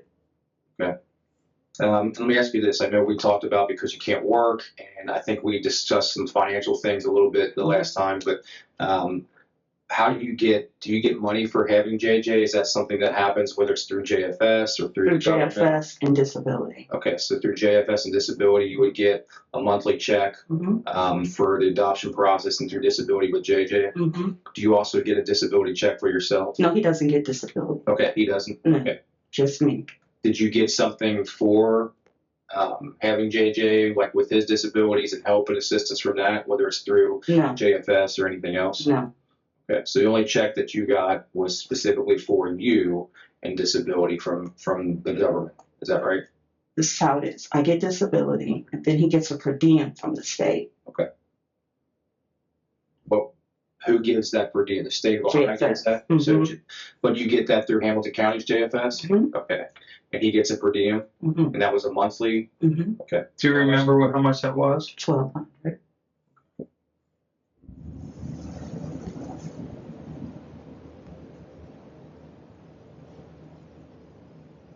And then for your disability, what were you getting a month for your disability check that you were getting? $900.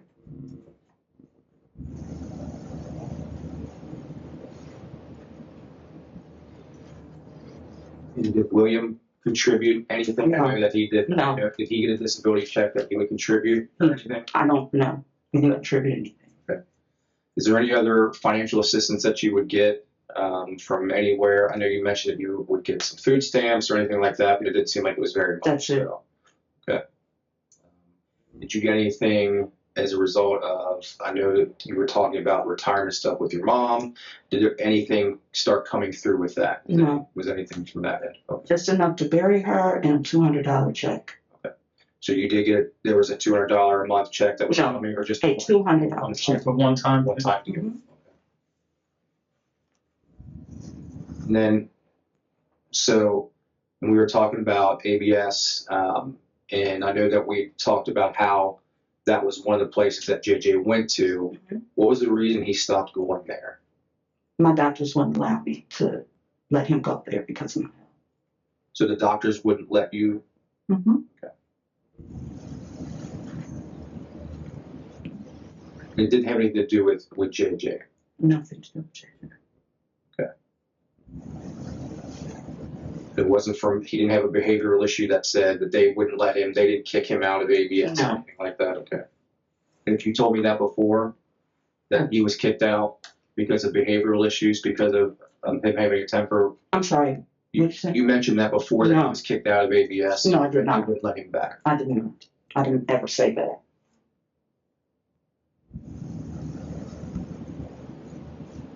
I know you said you have 3 autoimmune diseases. What are they? They're very serious. And is that the reason you're on disability? Yes. Because of that? Okay. Mm-hmm. All right. Which doctors told you, like if there was a doctor that we needed to talk to that said, you can't send JJ to ABS anymore because it's Dr. Sohamusa. Dr. Sohamusa. Okay. Mm-hmm. So you're a doctor? Mm-hmm. Okay. Do you know who is he with? Who's his doctor? No. Who is he? Like what provider? Is he with Mercy? She. I'm sorry. She's by herself. She's by Private herself? practice. Mm-hmm. Okay. And it's Musa is the last name? Mm-hmm. Do you know how to spell that? No. Where's her office located at? Westchester. Do you know where in Westchester? Not offhand, no. Okay. Mm-hmm. When's the last time you saw her? I'm supposed to see her now. I don't even remember. You don't know the last time you saw her? I can't really recall. Has it been a while? Mm-hmm. Okay. A few months, maybe. I'm supposed to go, but. Oh, just a few months? Mm-hmm. Okay. But she's the one that said that JJ should not go to this school because. That is, yes. Okay. Mm-hmm. Okay.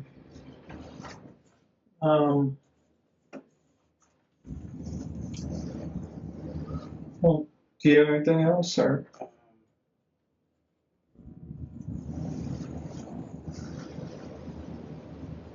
No, I think one of the other things I kind of wanted to clear, I mean, I know you mentioned that JJ being downstairs because you thought it was the warmest place. Mm-hmm.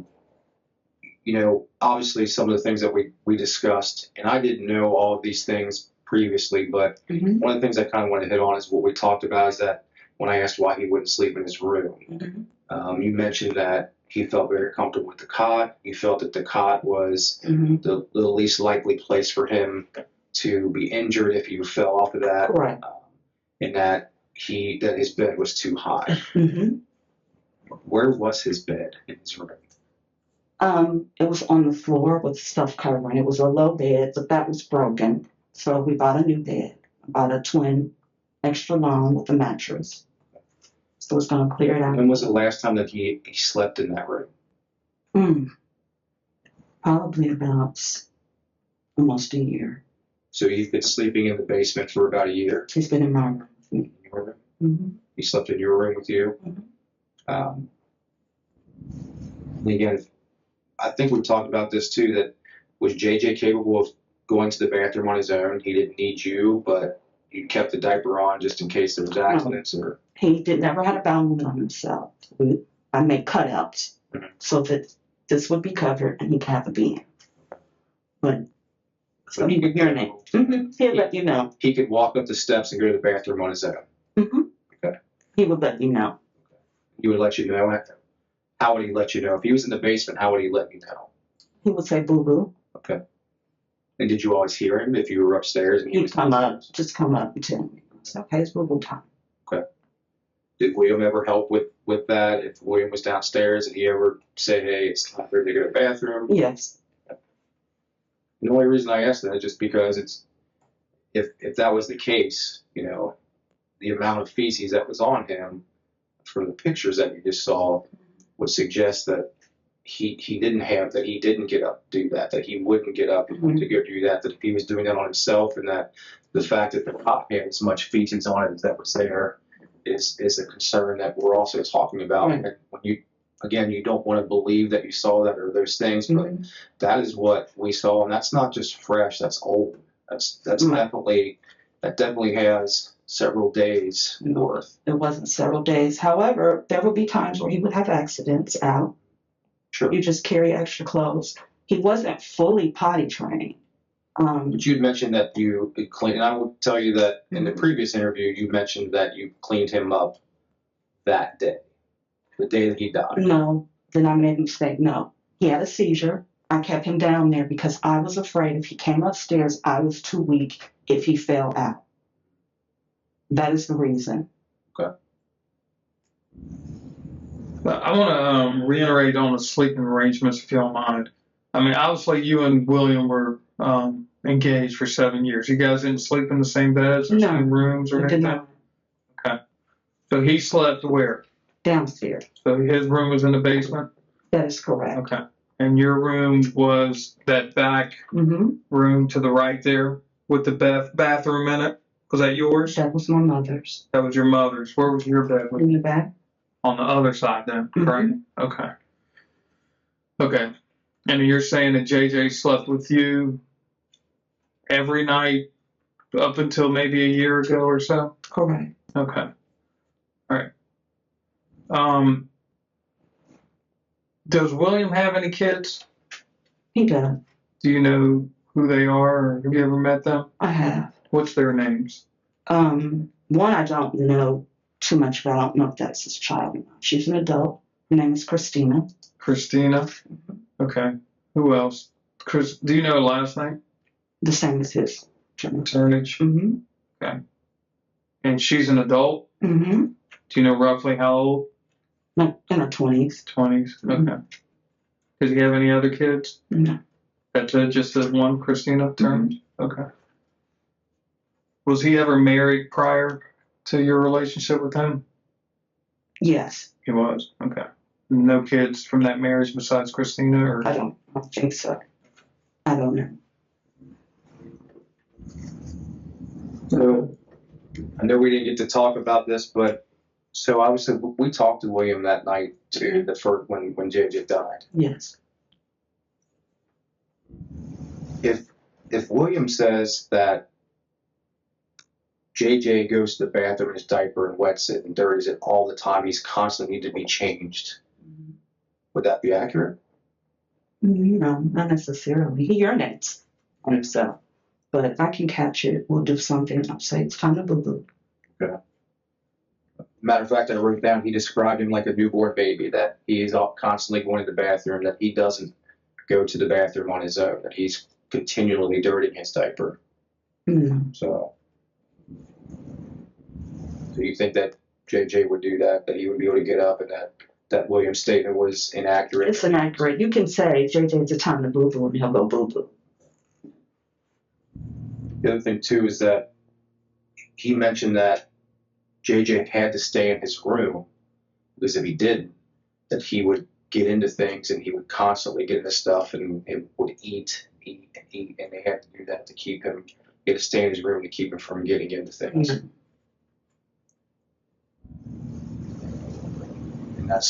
that wasn't necessarily true. That's not the reason that there was a lock on the outside of that door. I don't know why there was a lock on the door. He said it was to keep the dog from getting out. I don't. Well, what about his bedroom that's upstairs? The one that you said that he hasn't slept in for a year, and that's his bedroom. Why was there a lock on the outside of that? There's a chain link that goes across that. Why is there one on that? That was like that before we had foster kids many years ago. My mother did that. Your mother did that? She did. Who'd she do that for? I can't remember. Does that seem like, I just want to know, does that seem like something normal that people would do, that they would put a lock? It did, and then a caseworker said it, no, so we didn't use it. But they didn't make you remove it? I don't think so. I mean, it's still there. Yeah, So, I mean, obviously they didn't. But I mean, if I was a caseworker and I didn't want you to use it, I'd ask you to remove it. Right. Because otherwise, I have no way of knowing if you did or not. She just didn't feel safe with a particular teenager. Okay.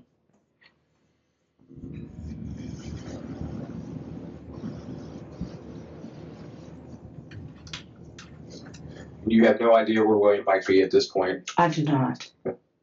Haven't talked to him I have not. in a month. Correct. Close to that. Okay. Let me ask you this. Mm-hmm. Do you feel like you've been honest with us to this point? Do you feel like you've been honest with us? And I do. while I know that you believe that certain things that we're telling you can't be true, Mm-hmm. I will tell you that we're not here lying to you about anything that we've discussed today. That these are things that you will hear again, and these are things that will be provable by whoever you discuss things with after this, whether it's your attorney, you see anything else, but these are things that you will see again and hear again as a result of us telling you this. Now, there's probably a few other things that we haven't discussed or talked about, but I will tell you that we're not here lying to you and trying to get you to tell us something just to say you did or didn't do anything. We're here telling you that this is the chance that you have to be able to describe as much as you can, honestly as you can. And right now, I'm having a hard time believing that you're being honest with us. And I kind of went through that the first time I talked to you, is like, we need to be honest. And honesty is the key for how this works and going forward from here. Mm-hmm. And again, you're college educated, you're smart, you understand how this works. But if we go forward from here, and then we continue to investigate, which we will. Mm-hmm. We'll continue to investigate. Mm-hmm. And I can tell you right now, there are things that you told us in the first interview that we discussed things, and things you're telling us now, they contradict each other. Mm-hmm. I will tell you that there are things that you told me that just flat are not true. Mm-hmm. And those are things that if you want to try and keep digging that hole of, I didn't do this, I didn't do this, I didn't do this, there's not going to be a way out for you down the road. Because after today, I don't think that you'll ever talk to us again, unless you're going to leave here and walk out of this room and you're going to go to the Hamilton County Justice Center and go see a judge and you're going to talk to an attorney.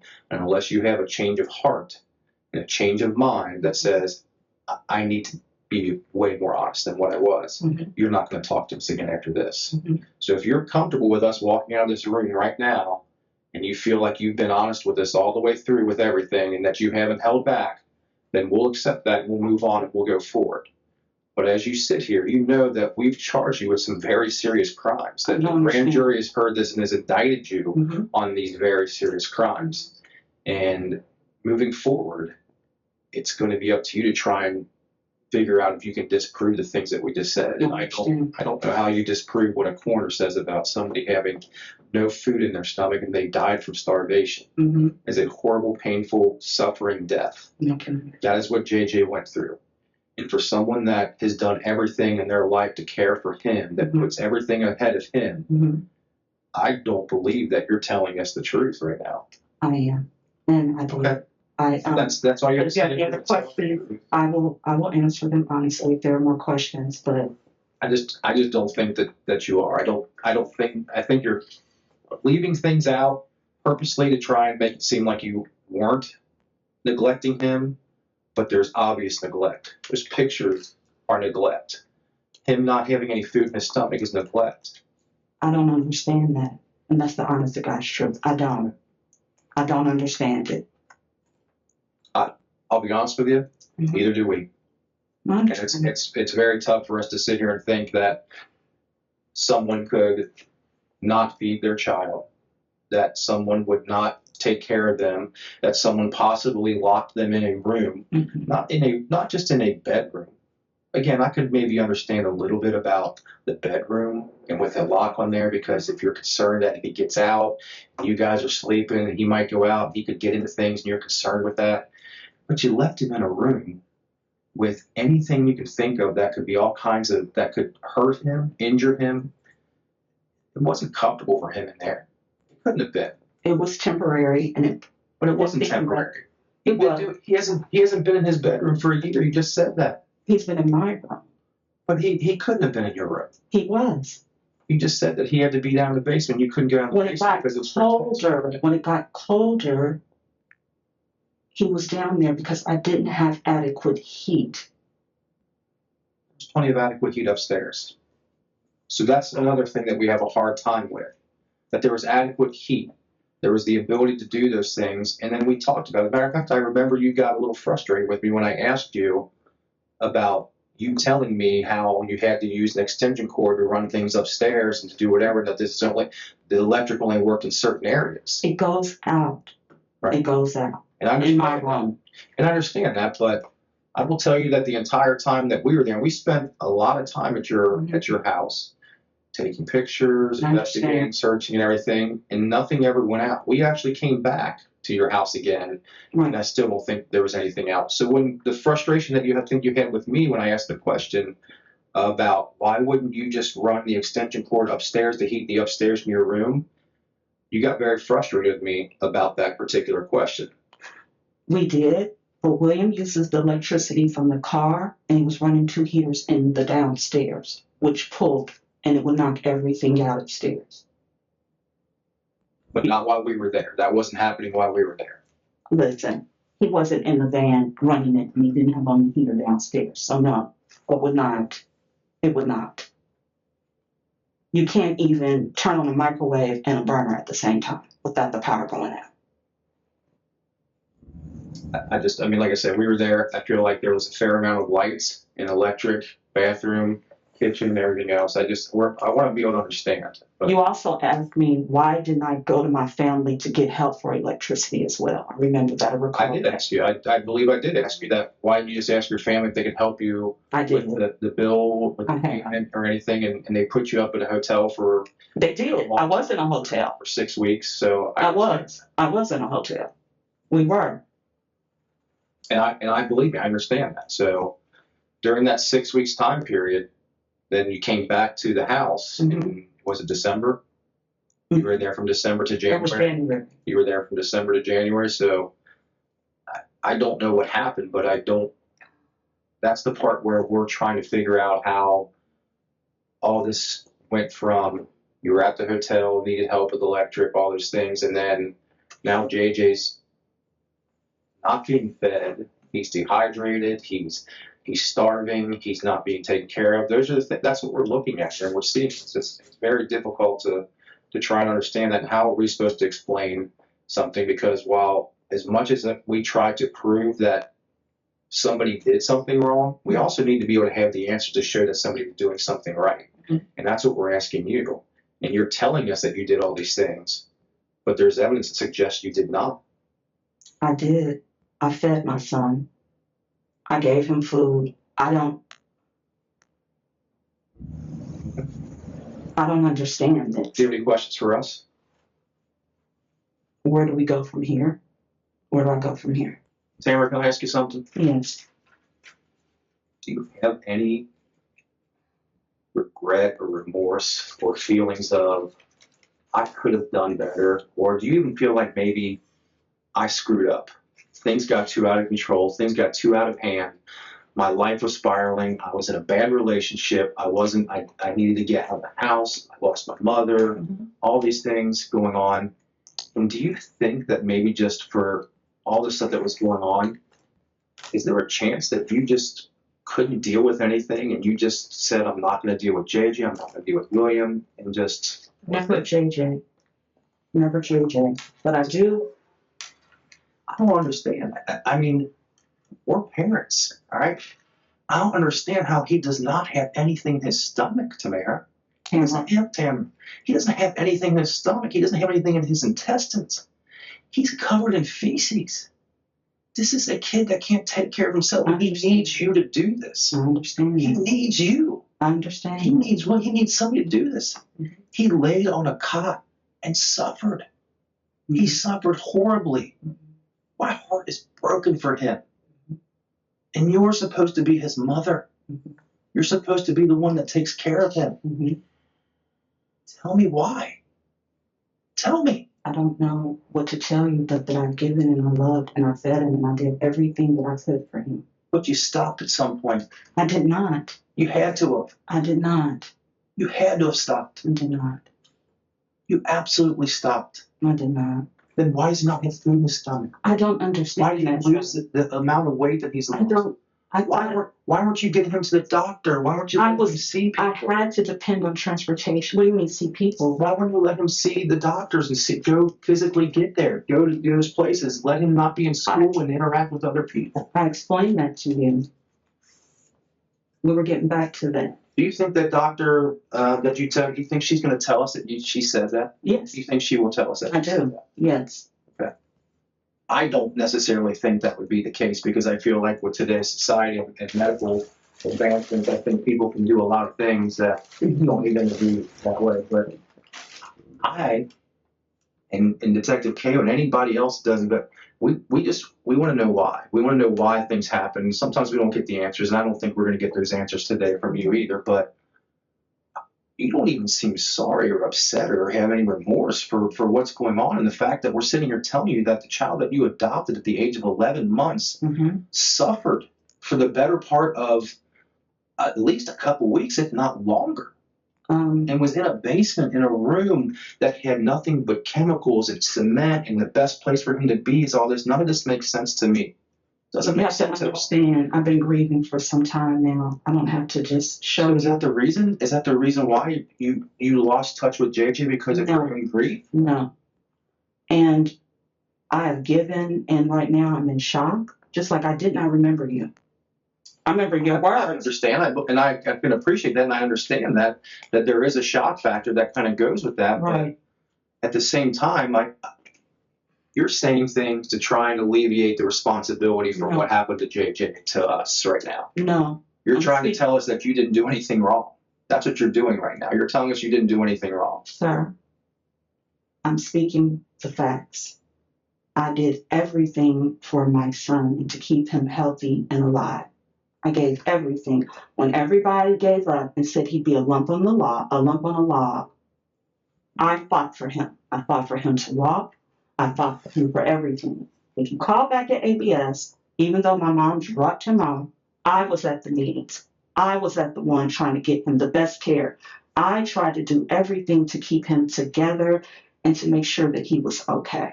I would never starve my son. I don't understand why he didn't have any food in his stomach, and I promise you that I don't understand it. I never would do anything to put him in harm's way. I take that very seriously. I'm not going to break down here because I'm in shock. I'm in shock. But I love him. I will always love him. And I did everything that I could to make sure he was okay. I don't understand that he never laid around in feces ever. You want to see the pictures again? I don't need to.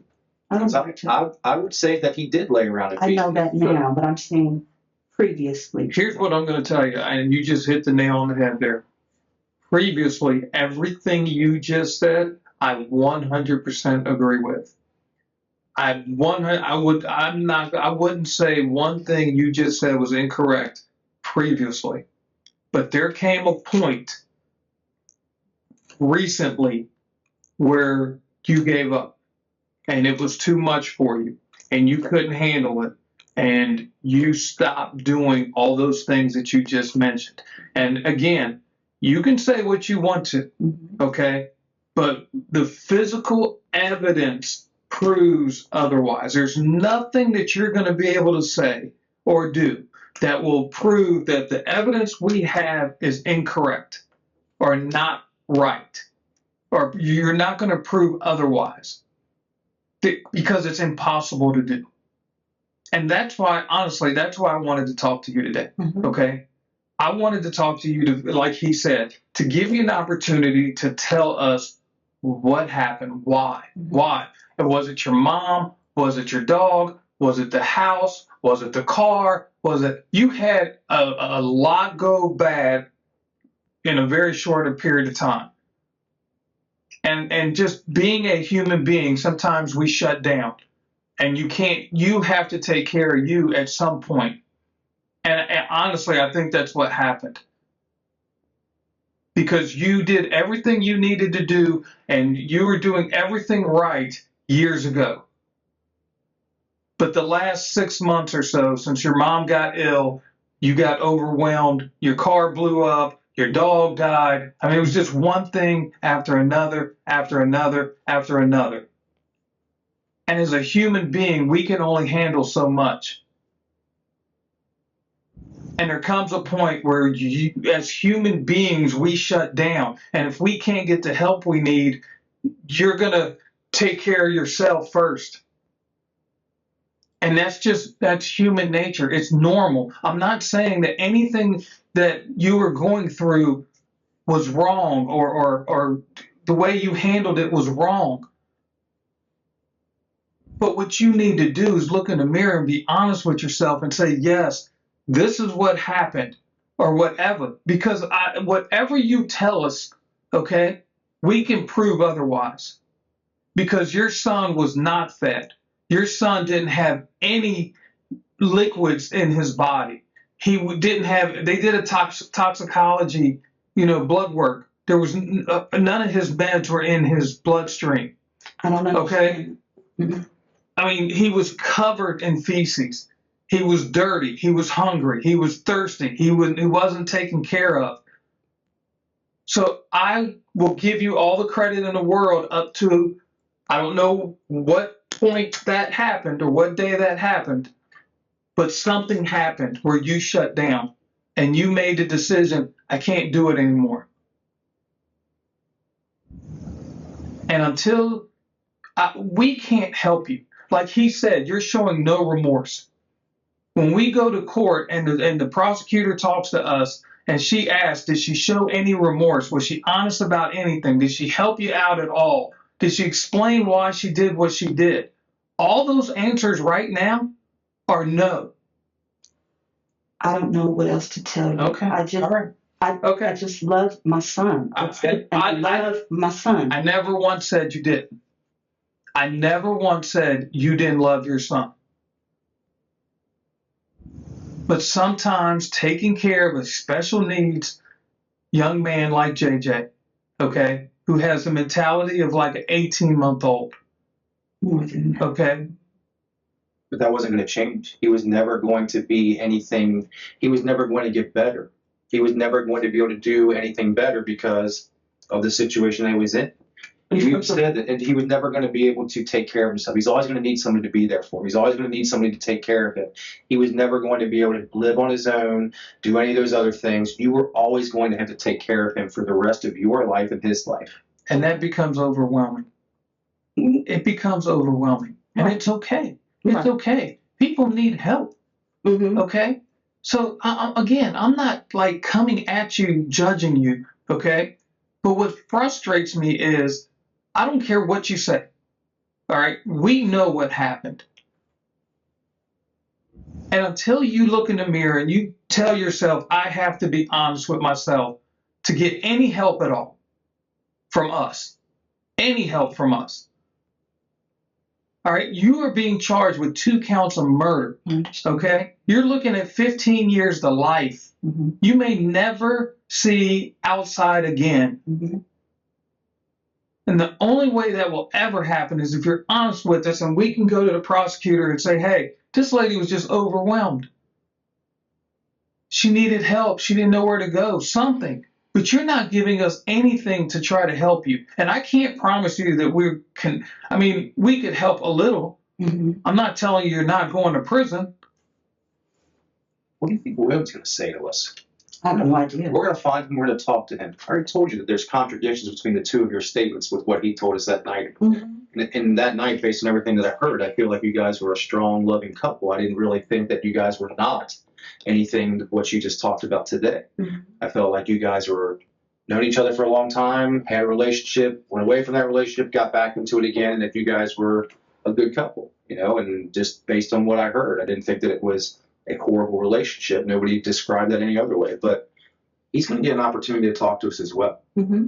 And I would expect that if he does talk to us, that he's going to be either contradicting what you said or he's going to do everything he can to point the finger at you. Mm-hmm. And he already has. I mean, his first interview, he pointed the finger. He put all the responsibility on you, practically. Mm-hmm. I mean, he's going to try to save his butt if he can. Mm-hmm. So you need to do what you can to try to help yourself. I understand. Okay? Yes. And this is why I wanted to talk to you. I wanted to give you the opportunity. I thought after thinking about it and going through it for all these months and knowing that you're being charged with murder and that it's real now. It is. Okay? That maybe you would, just be honest with us and tell us what happened. And you're not. You're not. Not at all. Not too many holes and gaps in everything that you said for us to be able to say that she told us the truth about something. You're going to tell us you told us the truth. I'm telling you that's not going to work when we go to court. It's not going to work. Your attorney is going to ask you, did you feed him? And you're going to say yes, and he's going to look at a piece of paper that says, this paper says you didn't. How do you, what's the answer to that? Other than I fed him. I did. That's not the answer, though. Who's going to believe that? I don't think Aunt Diana believes that. I don't think your brother believes it. I don't think anybody that you call into this room that it loves you and cares about you and is in your corner, will be right there standing beside you through this whole thing. I don't think any one of those people walk into this room and after we tell them that, they're not going to believe you either. I believe they will. Then they are just as delusional as what you are right now with this. Because you're gambling with your life. It's not about them right now. It's about me and. Well, you're right. It is about you. And you're doing everything you can to make it about you. And we are trying to do everything we can to be a voice for someone that can't sit here and talk to us and tell us those things. I respect that and I understand that. And I want to be able to have sympathy for what you're going through, and I do to an extent. But I'm also sitting here looking at somebody that is sitting here telling us things that we know aren't true, and they're lying to us, which we expect. We expect people to lie to us. But at the same time, you know what people that have remorse do? They tell us the truth when it hurts the worst. When they know that they're going to say words that come out of their mouth that are going to make it look like they did something they shouldn't have, but because they have remorse and because they care about the person that they did something they wish they never did to them, their son, somebody they loved and cared about, that's what comes out in these rooms sometimes.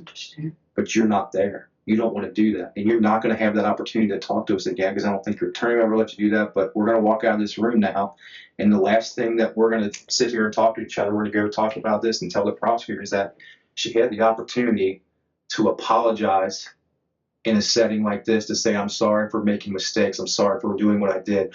I had all this going on and I screwed up. I was overwhelmed. And I'm sorry that my son is gone. Do you take responsibility in that? I do not. That's where we're going to have the issue for the rest of this time while this is going on. Because if you don't take the responsibility in that, who's to blame? Whose fault is it that he didn't eat? I don't understand that. Here's something you have to understand. You're sorry that your son's gone, but it was your responsibility to take care of him. I understand that. And the reasons that he died were the exact same reasons or responsibilities that you had to take care of him. It was your responsibility to make sure he was fed. It was your responsibility to make sure he was taken care of. It was your responsibility to make sure that he was taking his meds. It was your responsibility to make sure he was cleaned up and taken out, in good condition. Every single one of those things that I mentioned weren't being accomplished. And it all falls back on you because you are the guardian. They gave you the responsibility. They felt like you were worthy of that responsibility for that human being. Okay? But do you? You're nodding. It's that you say you understand that, but do you understand that we want you to realize that you're not taking responsibility for any of this? That you think that what you did was perfectly fine. You're sorry that he died, but I don't really believe that you are at this point. I'm having a hard time understanding you saying I understand when it was your responsibility to do these things. It was your responsibility to feed him, to clean him, to love him, to hold him, not to put him in a room on a cot that's covered in feces with restraints and a locked door in a room that is cold as can be, the coldest room in your entire house, with chemicals and detergents and nothing there for him to do other than lay on that cot. He could have done anything else. He could have sat in that room upstairs with you. He does. You're worried about not being able to take care of him and handle him. I'm going to tell you this right now. He was skin and bones. You could have done anything you need to do to control him physically. He was not that powerful. He was not that strong. Don't shake your head because he's not that strong. He's not that strong. You're stronger than him. You're bigger than He him. probably bigger than couldn't him. even stand. He barely, if he could stand up, Why would I need to do anything to, what are you doing? because you said when he had seizures and all these things, he was violent. He had to do that. I Yeah, understand he the was. seizures, but Yeah. what about all the other times? Do you Why do you understand have when to stand that people have seizures that they're more lethargic? They're lethargic. When they come out of their seizure, they're very lethargic. Okay, well, I want you all to take a look at this. I had to call 911 a couple of years ago, We know.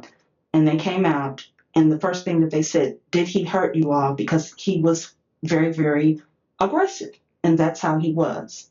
He was very aggressive Wait, when? when he had a seizure. When he had a seizure. Mhm. Okay. How often did he have these seizures? He was having them very frequently. And is that because he wasn't getting his medication? No, I think it was, no, he was getting his medication. I mean, if he was getting his medication, I would believe. He's taking medication to stop the seizures. Mm-hmm. When again, years ago, when he was taken care of very well, seizures wasn't an issue. What from what I understand with Dr. Shapiro, a lot of kids with autism end up having seizures quite frequently. JJ was just late doing it. Okay. How many seizures do you think he had at ABS? He didn't have any yet, but there were times that I had to call when he did have seizures, and he But would. he only had seizures. He didn't have seizures at ABS. He didn't have seizures in the doctors. You had to call for whatever, and I get it. I can't explain why. I can't explain when. Well, again, see, this Seizures. is where we're trying to figure things out. Mm-hmm. Okay, because when we talk to you, your main focus is seizures. That's all you talk about is seizures. But when I talk to anybody that took care of him or had, any type of, like the schools is what I'm saying, or the doctors and everything else, the seizures was in his medical history. You have to. But they never had any issues with him. He didn't get diagnosed with seizures until COVID, when he was at home. When he was attending ABS, the first part, he did not have seizures. Okay, well, ABS is telling me something different because he didn't go. He went back to ABS for a very short period of time after COVID. Mm-hmm. But they say yes, seizures was in his medical history, but they never had an issue with seizures. He wasn't there that long. What do you mean? He was there for years. No. When he went back, when he was formally diagnosed, is what I'm saying. COVID, you mean. Correct. Okay. No, you're right. He was, and again, I could tell you as much about. I think I could tell you as much about JJ as you could tell me about JJ because I have done nothing but investigate this for the last 2.5 months. I know everything about JJ. I know everything about you, your family, and everything else. So that's why I am frustrated. I want to give you the opportunity to do the right thing, but you keep doubling down and you refuse to tell us the truth because we know the truth. Okay? That's why there's times where we come in these rooms and we don't know exactly what happened and we need to try to work that out of the person. I know exactly what happened. Okay? But I wanted to give you an opportunity to show some remorse, to help us, understand why JJ died. JJ was a healthy young man. Besides his autism, he didn't, when I say healthy young man, he didn't have heart disease. No. He didn't have diabetes. No. He didn't have high blood pressure. No. He didn't have any of those things that usually kill a human being. Absolutely correct. So he didn't just die. He died because there was a chronic neglect of his well-being. He suffered and suffered and suffered. This wall's gray, right? Yeah. Yes. You're telling me every time I say this wall's gray, you're basically saying no to everything that we're telling you. That can't be true. I'm telling you this wall's gray, and you're saying no, it's black. I'm telling you it's gray. You're saying no. That's what's going on right now. You're saying you gave us meds. There's no indications that he was given I had his meds. just given him his medication and seizure medication nasally from his nasal passage. I just did that. I don't understand. Did you do it after he'd already passed? No. He had a seizure. He couldn't have had a seizure after he passed. Then why isn't it his I don't understand that. I don't understand that. I don't. And I don't understand why his medication wasn't in his system. Can we work on a little bit of logic at this point? Can we go with logic? What's logical at this point? I mean, I think that's kind of where we are. We're trying to come up with reasonable logic as to why things are happening, while you're coming up with just completely irrational logic to say you don't know why. But the answer is you do know why. I don't.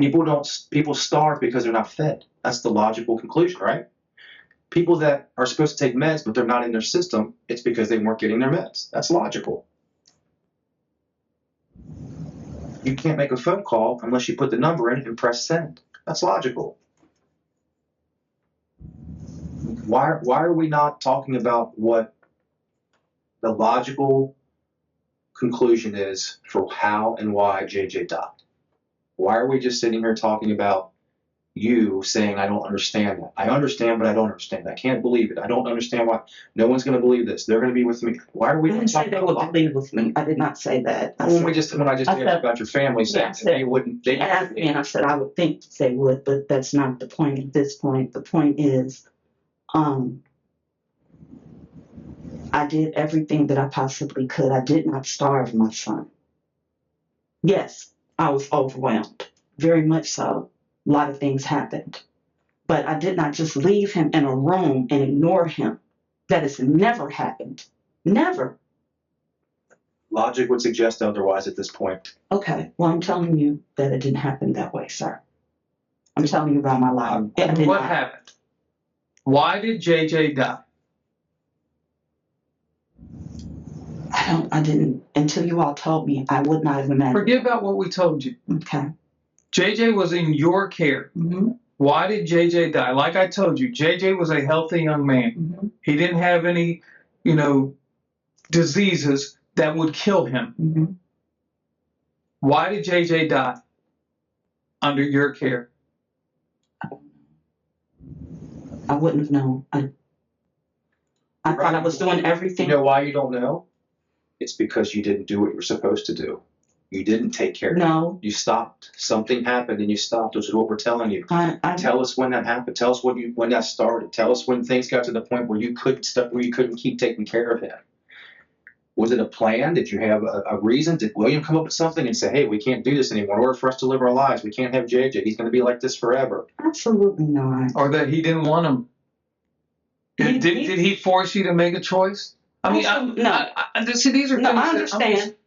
That could have easily happened, and it happens every day in this world. No, that was never. And if he ever tried to make that choice, it'd always be JJ. Okay.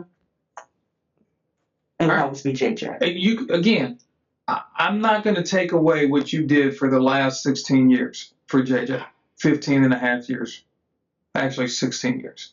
Because he just turned 17 a few days ago. Yes, he did. So you did a wonderful job taking care of a very highly needs person. That he needed someone there 24 hours a day. It's taxing. I get it. I understand. But I don't, again, you can say what you want to. All right? But somewhere down the line, and I'm going to ask you again, there was a point where you couldn't do it anymore. Not that you didn't want to, not that you didn't love him, not that you didn't want the best for him, but just mentally and physically, because of your illnesses, you could not take care of him. It may not even been a choice. But there was a point where you stopped. I pushed on. I did not intentionally ever try to stop. I would push myself to make sure that he was okay. He wasn't. He was malnutritioned. He was severely underweight. Okay? His muscles were like his body had eaten his muscles away to try to survive. Do you understand that? Those are things that we know for a fact. Mm-hmm. His body was eating his muscles to try to survive because he didn't have the appropriate nutrients in his body to survive because he was not being fed. And he couldn't say, feed me. He couldn't He say, could. Well, not not enough to the point where you or William were taking care of him. He was in a room that nobody on this planet would think is reasonable for a child to be in. Anyone. He wouldn't stay in the room. He would be with me during the day. He would be with me. Do you He died in understand that that? room. I understand that. He died in that room. He shouldn't have been in that room ever. I'm going to tell you that. He shouldn't have been in that room ever. That could be it. I thought I was doing what the best thing for him as far as There's a one. room right next to there that had a bed, that had That was in there. that was William's room, and it was It doesn't disgusting. matter whose room it is. You're an adult. He's an adult. He's a child. He's special needs. He needed help. He needed things that you guys also needed, but he needed them more. And you're right. You did everything you could. He needed them more. Mhm. But at some point, more was for you and not him. No, there was never more for me. Never. Never. That's not true. Well, I will tell you that you've been eating, you've been drinking, you've been sleeping in a bed, you've been warm, you've been. I have not really. I No. mean, other than I get your cold here, but again, No. At home, I've been cold. you had 2 refrigerators with lots of food. That were not my refrigerators.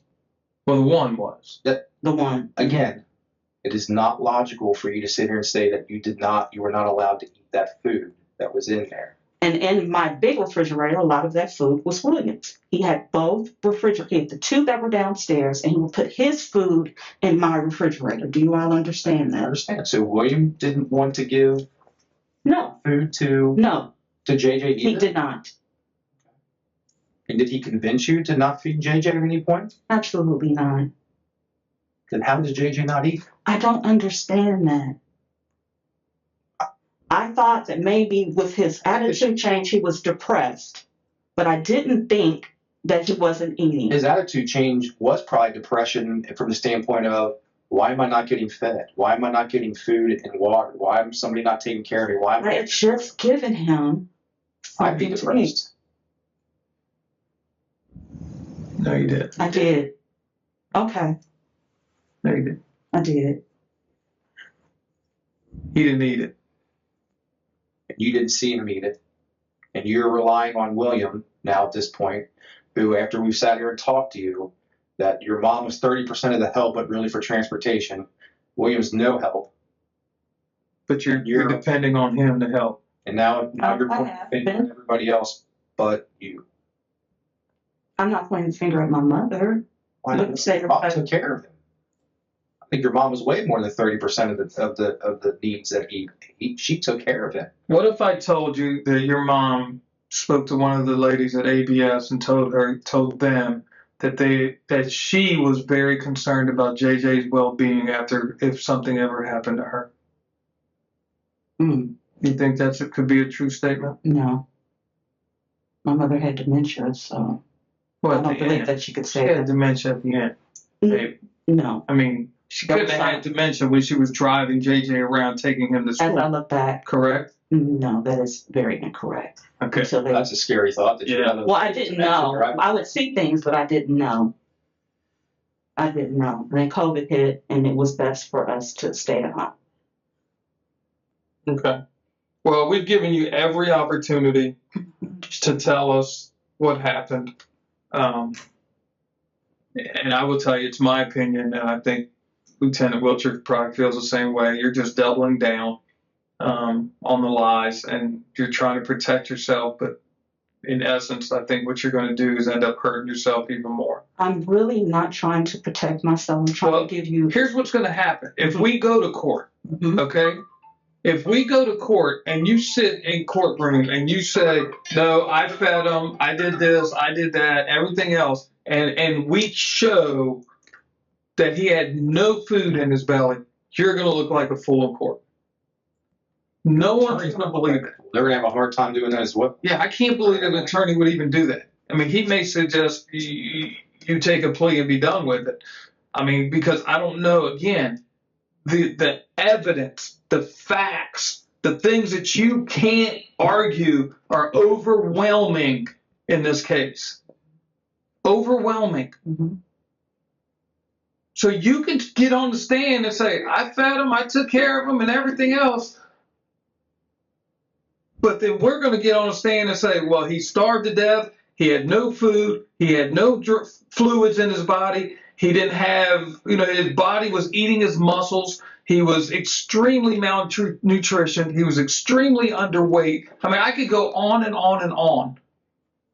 He probably at the very end couldn't even stand up because he was so weak. So for you to say that he came upstairs and he was with you and everything else couldn't be true. It is true. He came upstairs the night before when he had the seizure. He walked up the steps. He walked up the steps and said, JJ, you're going to fall. Now, I'm going to stop you because in your first, you did stop him. Now, I will say in your first interview, you said he attempted to come upstairs and you stopped him and you took him back down and you put him to bed. Correct. And he went to bed around 9:30. That's right. And then you didn't check on him again until 11.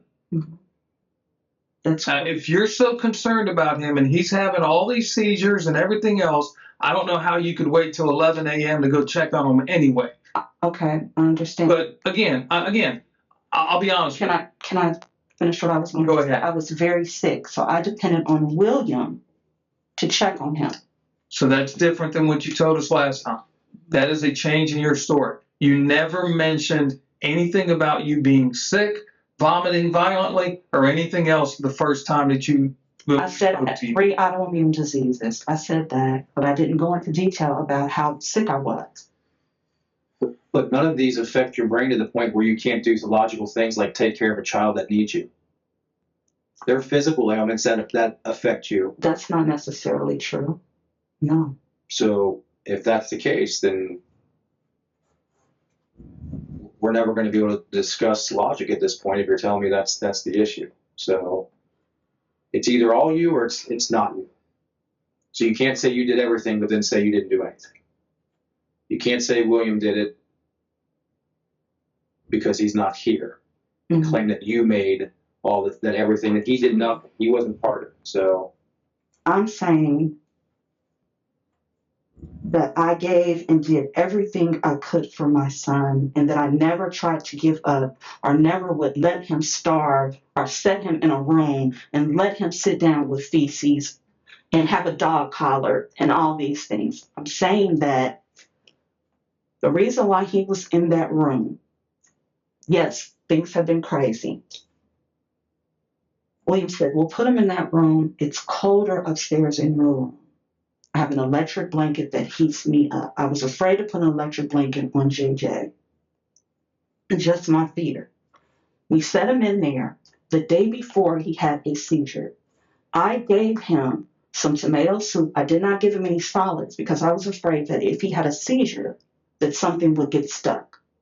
I gave him that. I gave him his emergency medicine and something to drink. I did do that.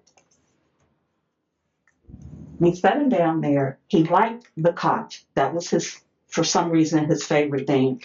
Was it stupid to have the things? Probably. But after a seizure, when he had a seizure, JJ would get very strong and hit and bite and scratch.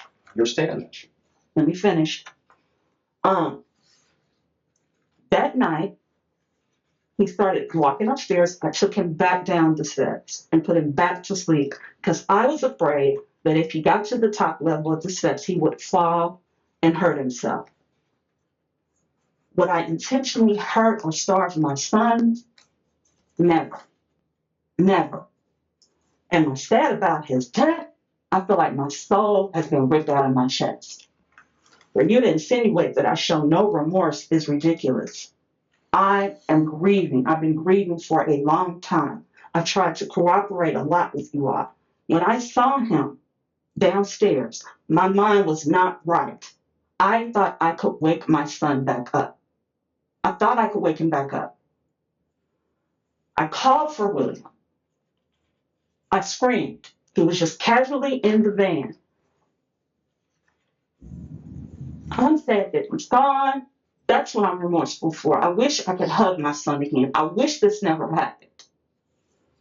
But me being a person that just not taking care of my son or my responsibilities, I've never been that way. Am I tired? Absolutely. Did I lose my mother? Absolutely. Did I care for my mother? Absolutely. Did I put a lot into her as well? Absolutely. But for me to withhold food, it's never been like that. Anything that he's wanted, if I can't eat, he can eat. Do you think that you're saying, you're insinuating that I put stuff on myself? I haven't. Everything that I've done in my life has been about him. Couldn't get the electricity. William wasn't helping. Family could not help me. They were kind of helping during the process of my mom being buried. My point was to go to people working cooperatively and get help and call them as much as I could. They were like, electricians are hard to find. We're sorry. I went to my father. Didn't seem like he could help. There was nobody that could help us. What I did discover when I cleaned the downstairs, because I wondered why our electricity would go out at night, which it did. Great that you all were there. You got adequate light and electricity. My mother's room didn't really have light. The hallway doesn't have light. The bathroom, the main bathroom, the light goes on and off. So I don't understand. JJ's room doesn't have any power at all. I don't understand how you all got electricity, but somehow magically you did. In the middle of the night, the heat goes out. But what I didn't know was that William was downstairs with 2 heaters that would pull. According to the people from Duke Energy, they said that we need a new wiring system, that ours was old. Try not to have too many things on at once, because if you do, you'll have to go down to the fuse box. You can't, we bought a little burner. We can't use the stove. The refrigerator works. There's no hot water. There's no hot water. I have to boil water, have to sit in the tub and pour the water over you. If you all looked, you see all of the men's products. Those are not Williams. Those are the products that I buy for JJ. Deodorants, colognes, Suave body wash, Axe body wash, his toothbrushes, my mom's toothbrushes. That's the type of parent that I've been. I've advocated wholeheartedly for my son. And I understand that this gentleman said, Detective Kada, hopefully I'm pronouncing that correctly, previously, yes, it got overwhelming. But I did not know, in my mind, I thought by having this appointment with this new neurologist that I could get an opening as to maybe his medication. Was it depression?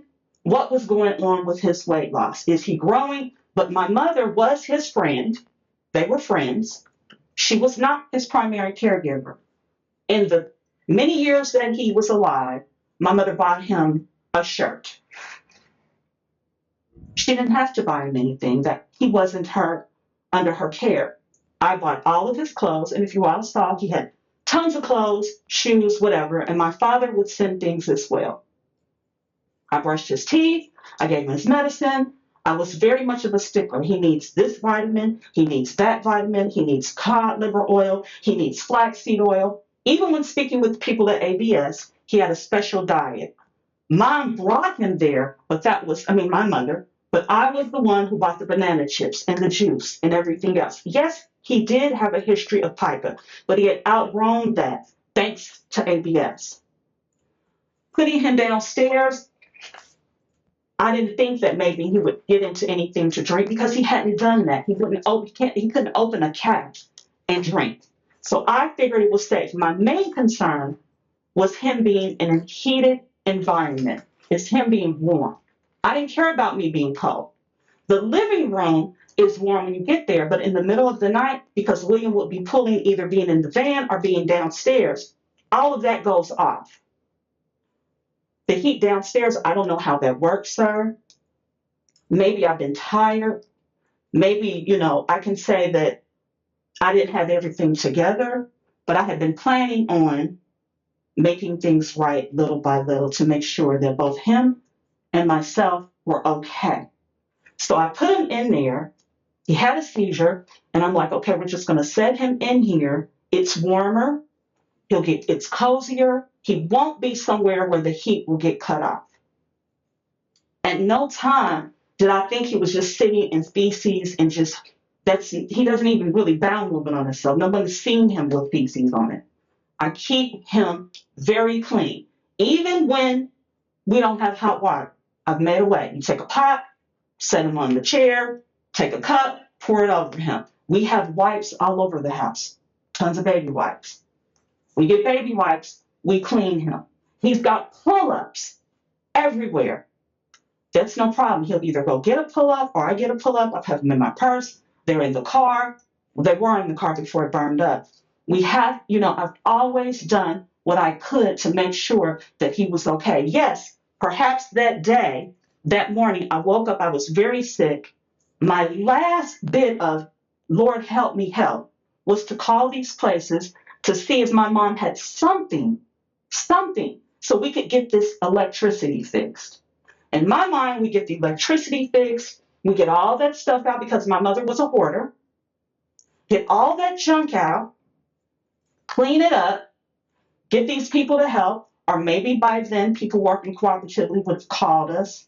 We get it together and live in a safe house. Or if they couldn't do it, sell the house as is, get the stuff out, and JJ and I go somewhere where it's neat and clean. It's always been about JJ. Always been about him. Always. It wasn't that I got so much into myself that I'm feeding myself or William or whatever and neglecting my son. He's been priority. He has his own plates. He has his own cups.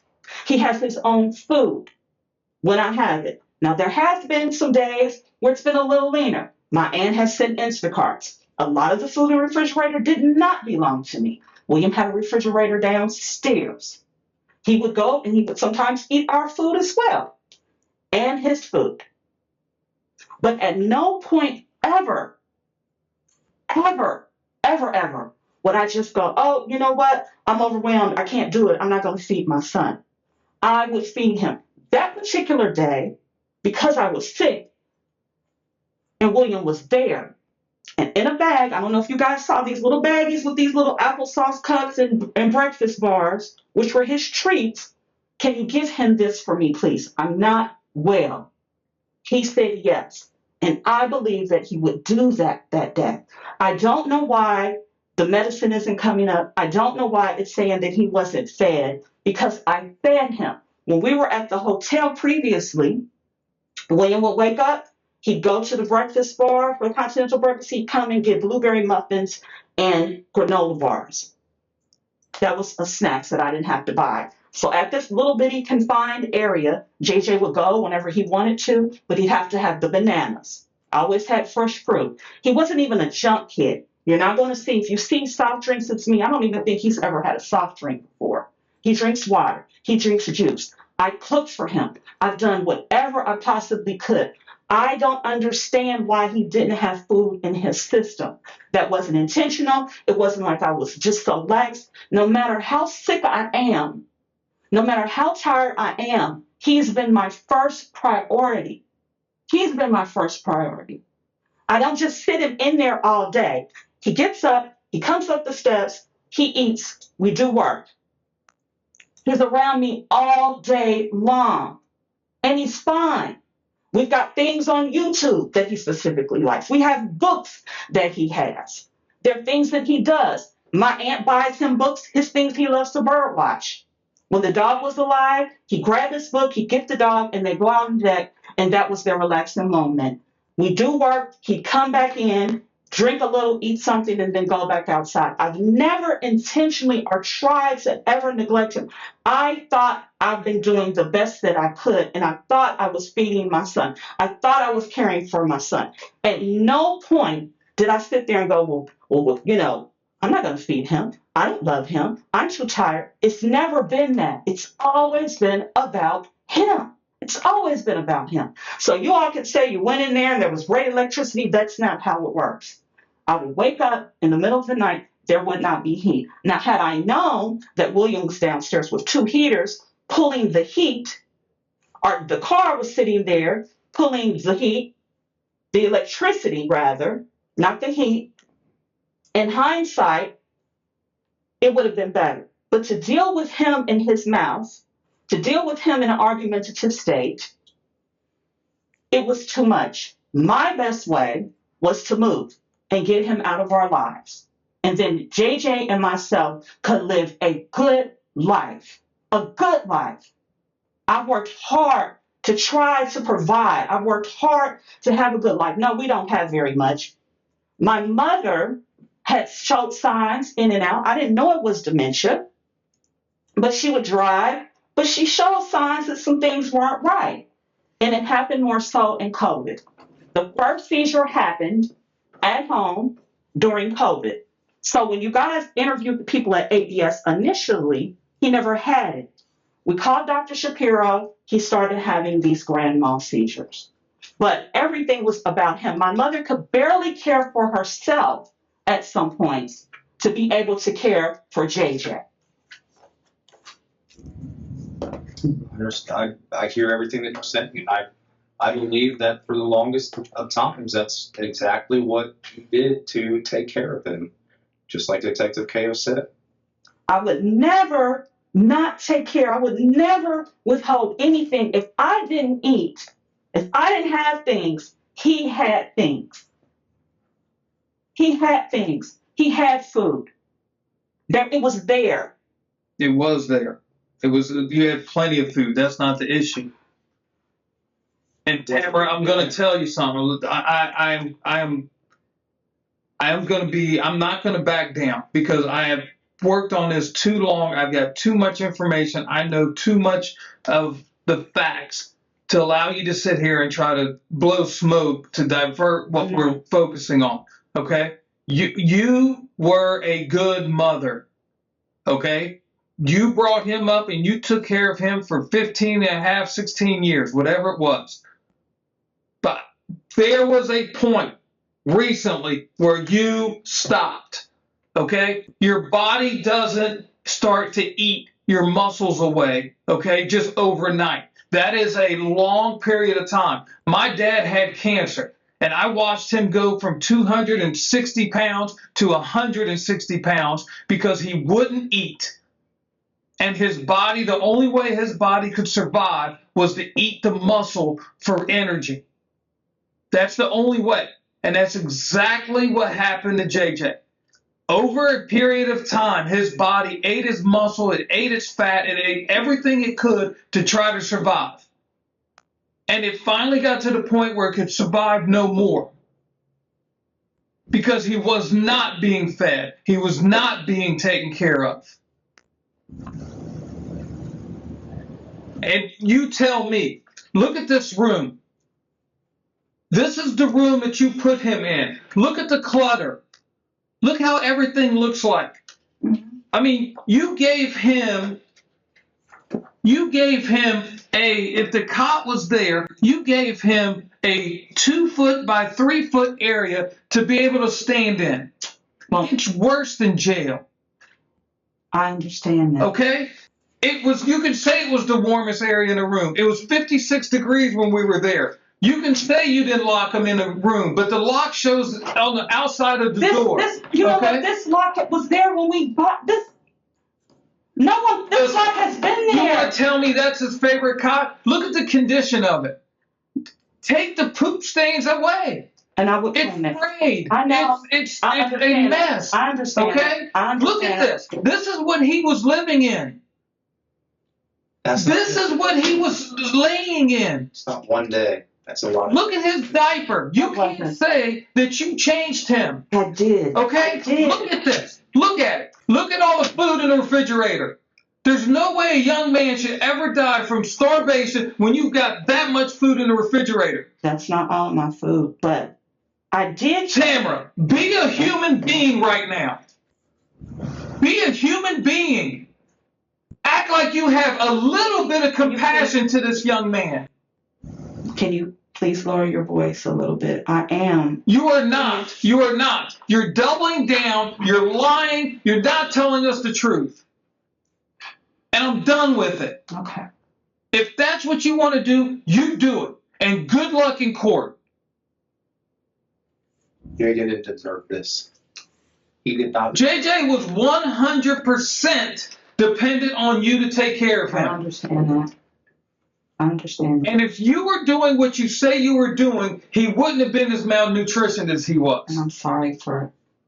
I miss him, and I'm sorry. I'm sure you miss him. I know you loved him. I'm not saying any of that.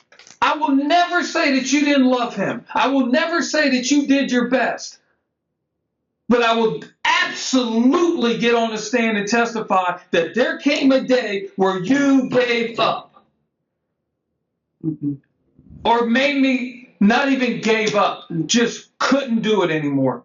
You just couldn't do it anymore. I never gave up. Well, I'm telling you, the evidence is different, and I'm not going to waste your time or my time any further. Okay? I understand. We'll be right back. Mm-hmm. Okay, that's your parole. Don't put it on in here, okay? No. We'll let a female officer come in. Mm-hmm.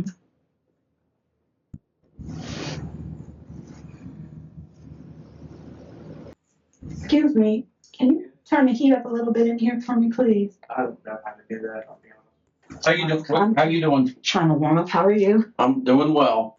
Is there anything else you want to say? Talk to the other two that were in here before. Anything else you want to go over? Anything like that? Just kind of giving you one last, I don't know, different change of pace, different face in here. No, I appreciate you giving me that option. I'm just kind of in shock right now. I would never do anything to harm my son. I want to state that. And Well, here's what I'm going to do. I'm going to give it one last opportunity. That's my job. Okay, is to give you an opportunity to, I don't know, help yourself out, if you will. Okay, I've been a police officer a really long time. I've been through numerous death investigations, homicide trials, all the above. Okay, and you've never been through this. Okay, and here's how this is going to go. Okay, we always prepare for the worst case scenario. Okay, worst case for us meaning that this ultimately is a trial. Okay, and I fully appreciate and understand the fact that this is absolutely everything for you. Okay, this is 100% all about you right now. Okay. What the state is going to do, okay, is the state is going to prove their case. All right. Well, how they do that is in front of a jury. Okay. And what they're going to do is they're going to say things like, they're going to get up there and they're going to start laying out pictures. Okay. And this is in front of a jury. They're going to say, hey, look at this. Look at this. Look at this cot. Look at the conditions of this. Look at this. That's JJ in a diaper. They're going to look at, these things, all of these things. Okay, and they're going to paste them up. I mean, it's not going to be these little pictures. These are nothing. It's going to be big, blown up on a big TV screen. It's going to be a grease board. I mean, it's going to be a presentation. Okay, they're going to pull up, things like the door lock. They're going to pull up things like the ambient temperature in the room. Okay. They're going to pull up pictures of how big or how small the room is, how cluttered the room is, okay, and how there's just objects or furniture, washer, dryer, all that stuff that's in there. And they're going to put all of this stuff up there, okay? Yes. And I mean, they're the dog collar. They're going to pull the pictures of his neck. They're going to pull up the pictures of the ligature marks around his wrist. They're going to pull up the pictures of the restraints. They're going to put all of this stuff up there. And then you know what they're going to do? They're going to turn around. I mean, the food. Another thing they'll put up there too is the autopsy report. It's going to show the cause of death. It's going to show the manner of death. And the only thing and then they're going to say, okay, now it's our job, it's police department job to investigate all this and talk to the people that may or may not have known about all this stuff. And the best thing that just so I understand, the best response you're going to come up with is, this is all a lie. You did the best you could to take care of him. You did absolutely the best. And I want you to be fully aware of that. And here's what I personally think is going on with you. I'm a parent myself, okay? And if this were to happen to one of my children, okay, the first thing you need to do is take responsibility for it yourself.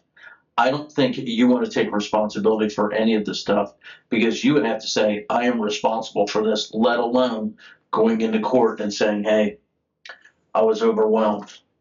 I screwed up. I'm a human being too. I've got my own issues, health issues.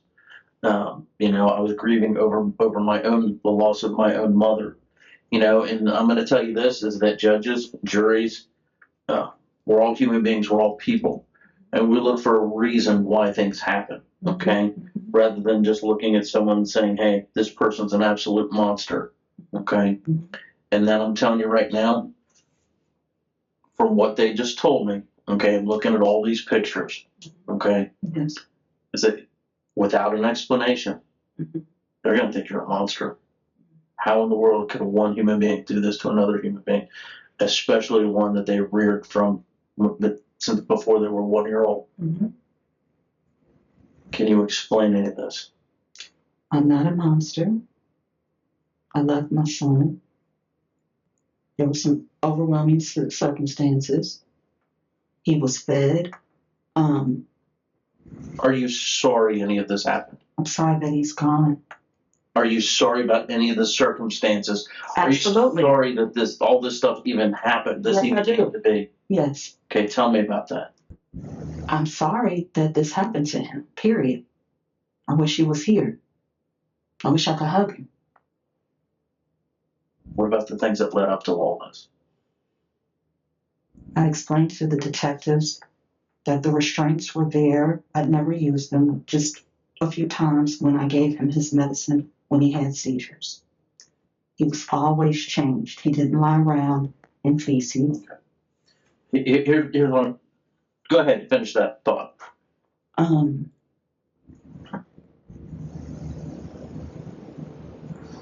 I fed him. That was the warmest place that I thought at the time. It was temporary. He could come upstairs. He could walk around. He could go outside. He wasn't locked in a room with just this. Here's what I'll tell you. I believe what you're saying is true and accurate, okay, up to a certain point. He obviously thrived. I mean, he was 16 years old, okay? So you've had him you had him 15 years. He obviously, at some point in time, that was true. But at some point in time, there was a turning point that no longer became true. And I'm guessing your mother passed when? November. Okay, so 3-4 months before all this happened. I'm going to guess that was a turning point in your life. It was a turning point in my life. I imagine it's a turning point in 99.9% of all people, you know, when their parents die. It's supposed to be that way. You're supposed to outlive your parents. Yeah. I imagine that was the same thing for you. Okay? So let's work with that. Okay, so it's a turning point in your life. Things very emotional. Okay. Am I allowed to make a phone call at any time? Well, let's get through this. Okay. Sure. So, I imagine that was a turning point in your life. Okay. Would it be a fair statement to say that things may have not went as smoothly after that as they did before that? Life has not been as smoothly. Okay. As for JJ as well. He was depressed. I was depressed. We lost a dog. On top of that, the car burned down. Life has been rough. The electricity wasn't adequate. We're running out of money. Yes. Okay. How else did things get? What else different happened with JJ? Like they told me that he used to, I guess, spend the night in your room or your bed or upstairs or whatever. That things get a little bit more stressful, and that's when he transitioned downstairs. No, the electricity. There wasn't adequate enough heat. That was the only place that at the time I thought he could get heat. Our electrical wiring is messed up. So let me ask you this then, okay? I know this may not be the entire laundry room. Where's the heat source in that laundry room? Right here. That's it, just that one little heater? Correct. That's all we could use. That's all you could use. When was the last time you checked on him that night? I mean, if it's 52 degrees in there, it didn't get 52 degrees in 45 minutes. It was the morning it was earlier in the day before you all came. Okay. So if it was 5, 6 o'clock in the late afternoon, early evening, when you called 911, when was the last time you checked? Earlier that day, I had William go downstairs first to check and feed him, and I thought that the heat was on. It's always warmer down there. Okay. So you didn't feed him soup? You had William check on him? I fed him soup. Not at that time. No, at that time, applesauce and a breakfast bar. On the day that you called 911? Correct. Okay. So can you reconcile the fact that the coroner is going to say something exactly opposite of that? from your understanding, from my understanding, from what you all said. I don't understand how, I don't understand why, but that's what they found. Well, I'm not going to beat a dead horse here, okay? Because it sounds to me like you're not accepting the fact that you're responsible for all of this, let alone going to say you're sorry for all of this. I mean, this is all you. All of this. This is 100% you. Okay? You're responsible for all this. He's yours to take care of. And you did not take care of him. You did not give him enough nourishment or attention to survive. And he died. That, I'm sorry. For that, I'm sorry. What are you sorry about? That he's gone. That he died.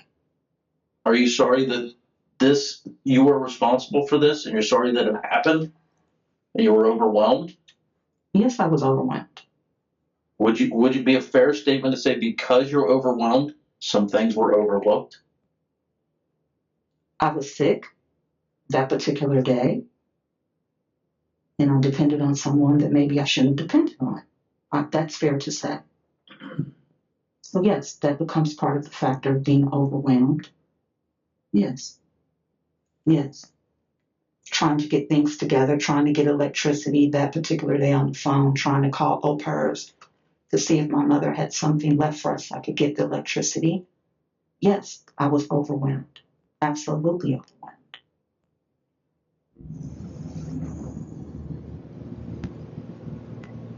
When the police came, I don't know if they took pictures.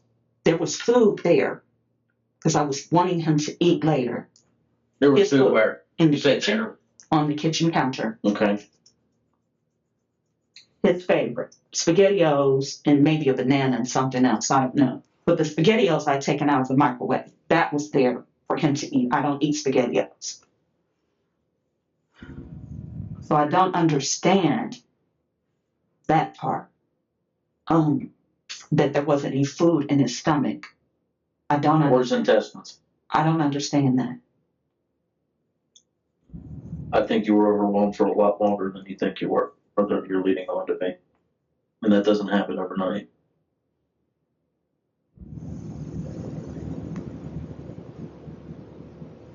I mean, he was malnourished and starved to death. That does not happen overnight. And you can see malnourished and starved to death. And then when somebody sees ligatures, they see evidence of the ligatures being used. They look at this. They look at that. How could any reasonable person come to any other conclusion? He would scratch himself. That has nothing to do with anything. That would be his habit of scratching. Okay. So what you're saying is all of this is self-inflicted, okay? And even though like this is going to be consistent with this, okay? Ridiculous. Well, that's fine. I'm just making sure I understand here, okay? Mm-hmm. And everybody that knows anybody that's epileptic that goes through seizures, you don't restrain them. That's when they get hurt. He got aggressive during that time. He would bite, kick, and to be able to get medication, and either rectally or nasally, I would have to do that. But I wasn't even using those. I should have cut them off. So would his aggressive behavior cause that? The defecation and is aggressive behavior keep you from changing him for weeks? Oh my goodness, it was not. Sorry. What does that look like? And what's any person going to think when they see that?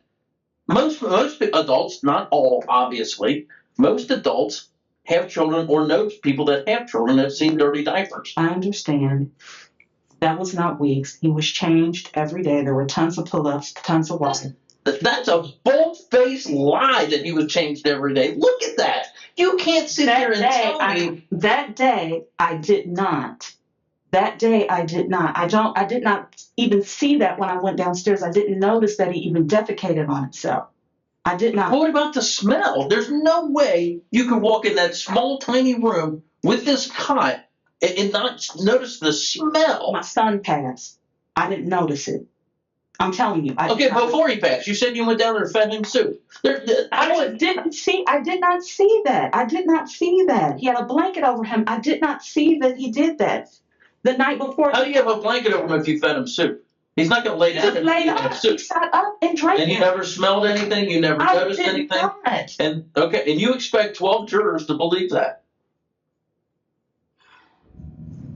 No reasonable person is going to believe any of what you just I said. don't understand why they wouldn't. I did not see any Because of that's that. not normal. I did not see any of that. I was sick. I did not see any of that. After I walk in the room and smell that, I get sick too.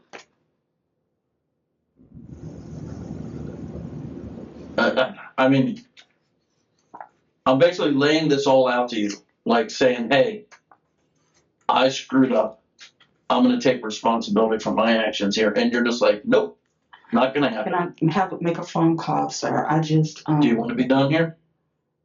I've spoken about this, you know, to go over it and over and over it. I don't know what else to say. You all. Okay. Well, I know what you could say is, hey, I screwed up. Absolutely. I screwed up. I need to take responsibility for my actions. That's what you could say. That would ring a note to a lot of people. They'd be like, hey, we all have issues in our lives. Okay. You had a bad one. Your mother had just passed. A lot was going on in your own personal life. And it's unfortunate, okay, that JJ died as a result of this. It is. Okay. You're right, it is. But on the other end of it too is to say that, hey, this is just business as usual, which is what you've exactly explained here. This is business as usual, and I don't understand how in the world he died. That's what you've explained. That's the way I understand it. If that's not accurate, then please let me know. No, you've explained to me what happened. The detectives did. I don't understand for myself how he didn't have any food in his system. That's the hard part for me. What about everything else? I didn't see any defecation. The scratches he did, I never put my dog's dog collar on his neck. That's ridiculous. I thought with him being in there that he could get heat. That's just ridiculous. So I'm going to paraphrase here, okay? This was just business as usual. This is just a regular day on Belgreen, whatever the address is, up on Belgreen. And it's unfortunate that he died this day. If that's not accurate, please let me know. It's very sad. It's very unfortunate. Is that accurate? Yes. That's accurate. Okay. All right. Well, it is what it is. I don't know what were you getting at, but I screwed up. I was in a dark place at this point in time. I should have given him more attention than what I did.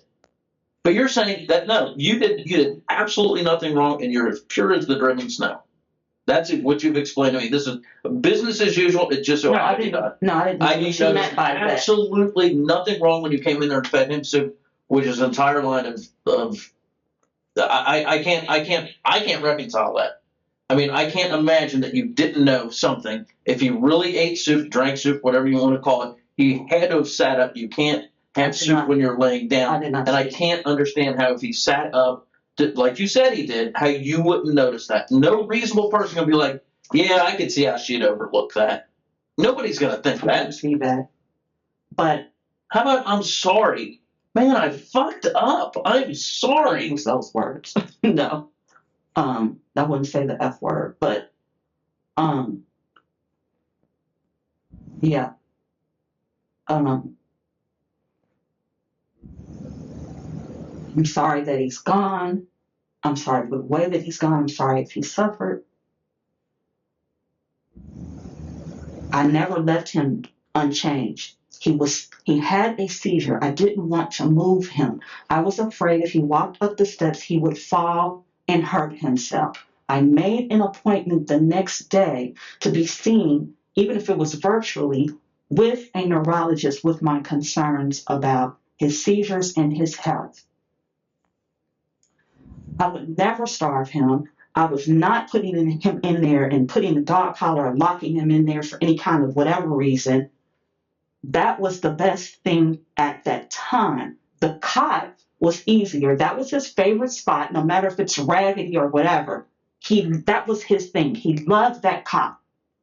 The cot was better because the bed, he would fall off the bed and possibly hit his head during a seizure. So I just left that. My responsibility, yes, it was to take care of JJ. Yes, it was to make sure he was good. I thought that I was doing Concrete floor there, isn't it? Yes, but it's still, you know, better than other than upstairs. Man, I'm sitting there looking at all these pictures. I'm sitting there looking at everything that's going on, and everything that you have said, and I'm just still trying to wrap my head around the fact that, I mean, at no point in time are you saying that, you know, I think that I'm sorry for all of this. I'm sorry I screwed up. I should have done better. I should have done JJ better. May God have mercy on my soul because I should have done better. And you're like, no, business as usual. I didn't notice any of that didn't stuff. say business as usual. That I did not say. I would say that I don't feel well. I'm very tired. How do you think JJ felt? I understand. Look at that cot. How old is that cot? That cot is literally ripped to shreds right That's there. his favorite cot. That I know it's not. Does he think that's his favorite room too? I mean, the cold jail cells are bigger than that room. For momentarily, I was getting the house together and cleaning the house. We hadn't been there that long. We had been at the hotel. We had been in a hotel. We had not been there that long. I was trying to get the people there, someone to help me to get the electricity together, to get the house clean, or to move. That was just temporary. That was the overwhelming part. Everything was about JJ. Your bed look like that? No, I don't sleep on the cot, but it's not that Is your nice. bed full of feces and all that? Of course not. No. No.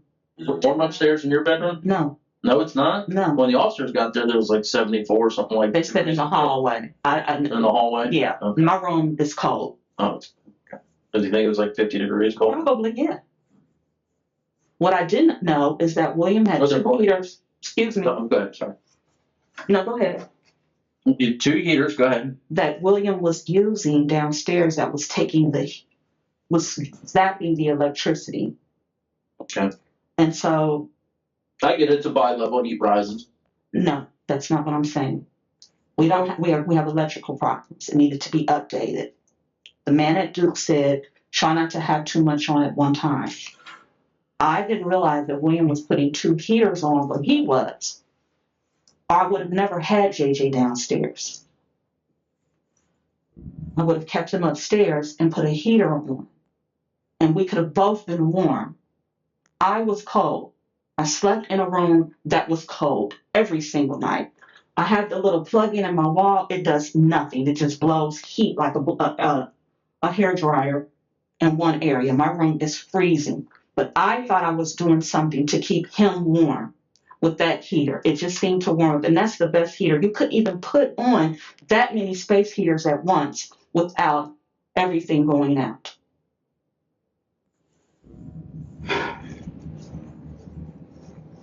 That's what I'm saying.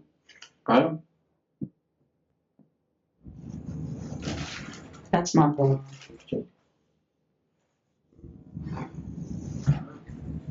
All right, you got anything else you want to add or think or say or whatever? I want to say that I would never do anything to intentionally inflict any pain or suffering on my son. That I have done the very best that I possibly could, and I didn't know. I don't know where my mind was, but I didn't know. I fed him.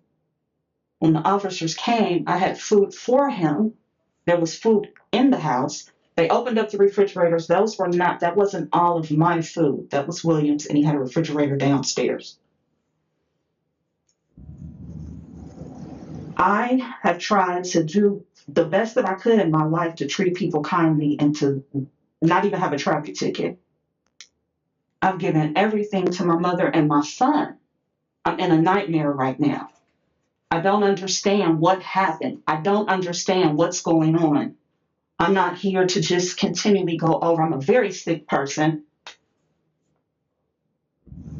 You know, I never thought about calling someone and having him taken away. I thought that there was going to be a light at the end of the tunnel once I got electricity or once we sold the house and we could live a better life. We meaning Jeremiah and myself. I've always fought for that.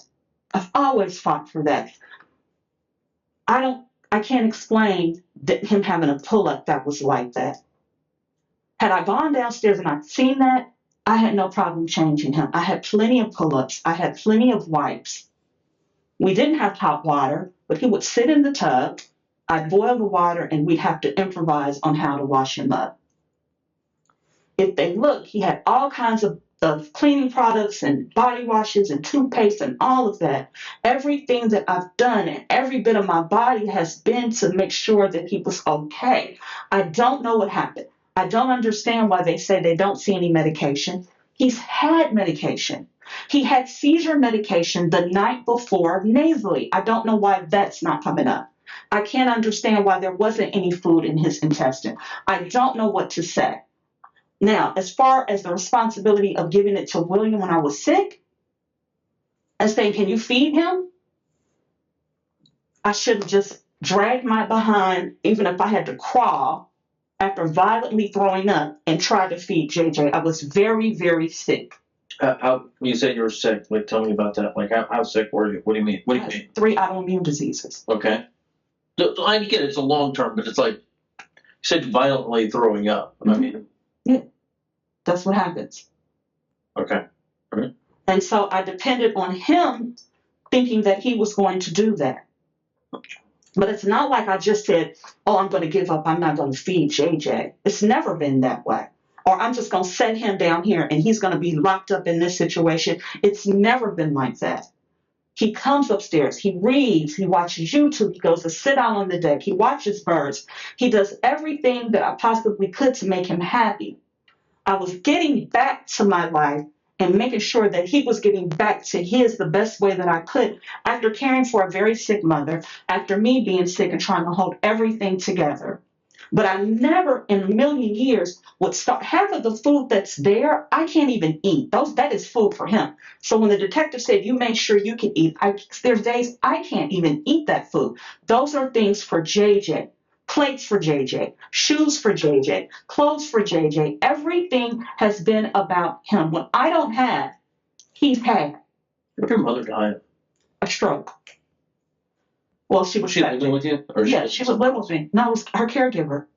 She was septic. She was septic. She died at the house, or? She died in the hospital. Okay. So I guess she got sick and went to the hospital. And yeah, natural causes. And so I didn't starve her, natural causes. And so everything that I did was to make sure that they were okay. Every single thing. It wasn't like I left him in there, I put a dog collar, I said, don't go here and just poop on yourself. Absolutely not. Absolutely not. I loved him, and I still do, and I will always love him. He'll always be my son. And for me to be accused like this, I know you all are only doing your job. I don't understand it. When I say that I don't understand why there wasn't any food, I don't. And for me to also say, well, didn't you all, when you came in, see that there was food that was there that it got? As a matter of fact, I was so depressed that I left his food out for about a week, wanting him to come back alive and eat the food. I was shocked when I discovered and saw him like that. I was shocked. I tried to rock him to sleep. I didn't know if there was feces or not. I probably had feces on my clothes. I don't know. I don't know, sir. All right. I don't know. I've been honest. I've been trying to give you all things. I've been trying to answer questions.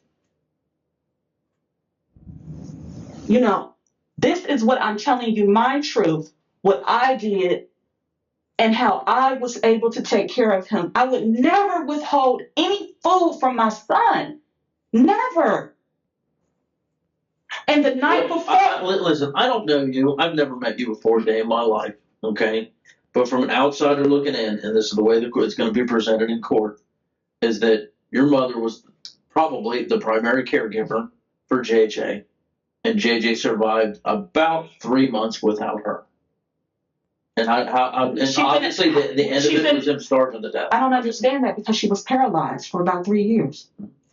Well, apparently somebody was taking. Well, maybe at her direction you were taking care of him, but as soon as she stopped giving you direction, you quit doing it. I don't know. No, sorry. That's ridiculous.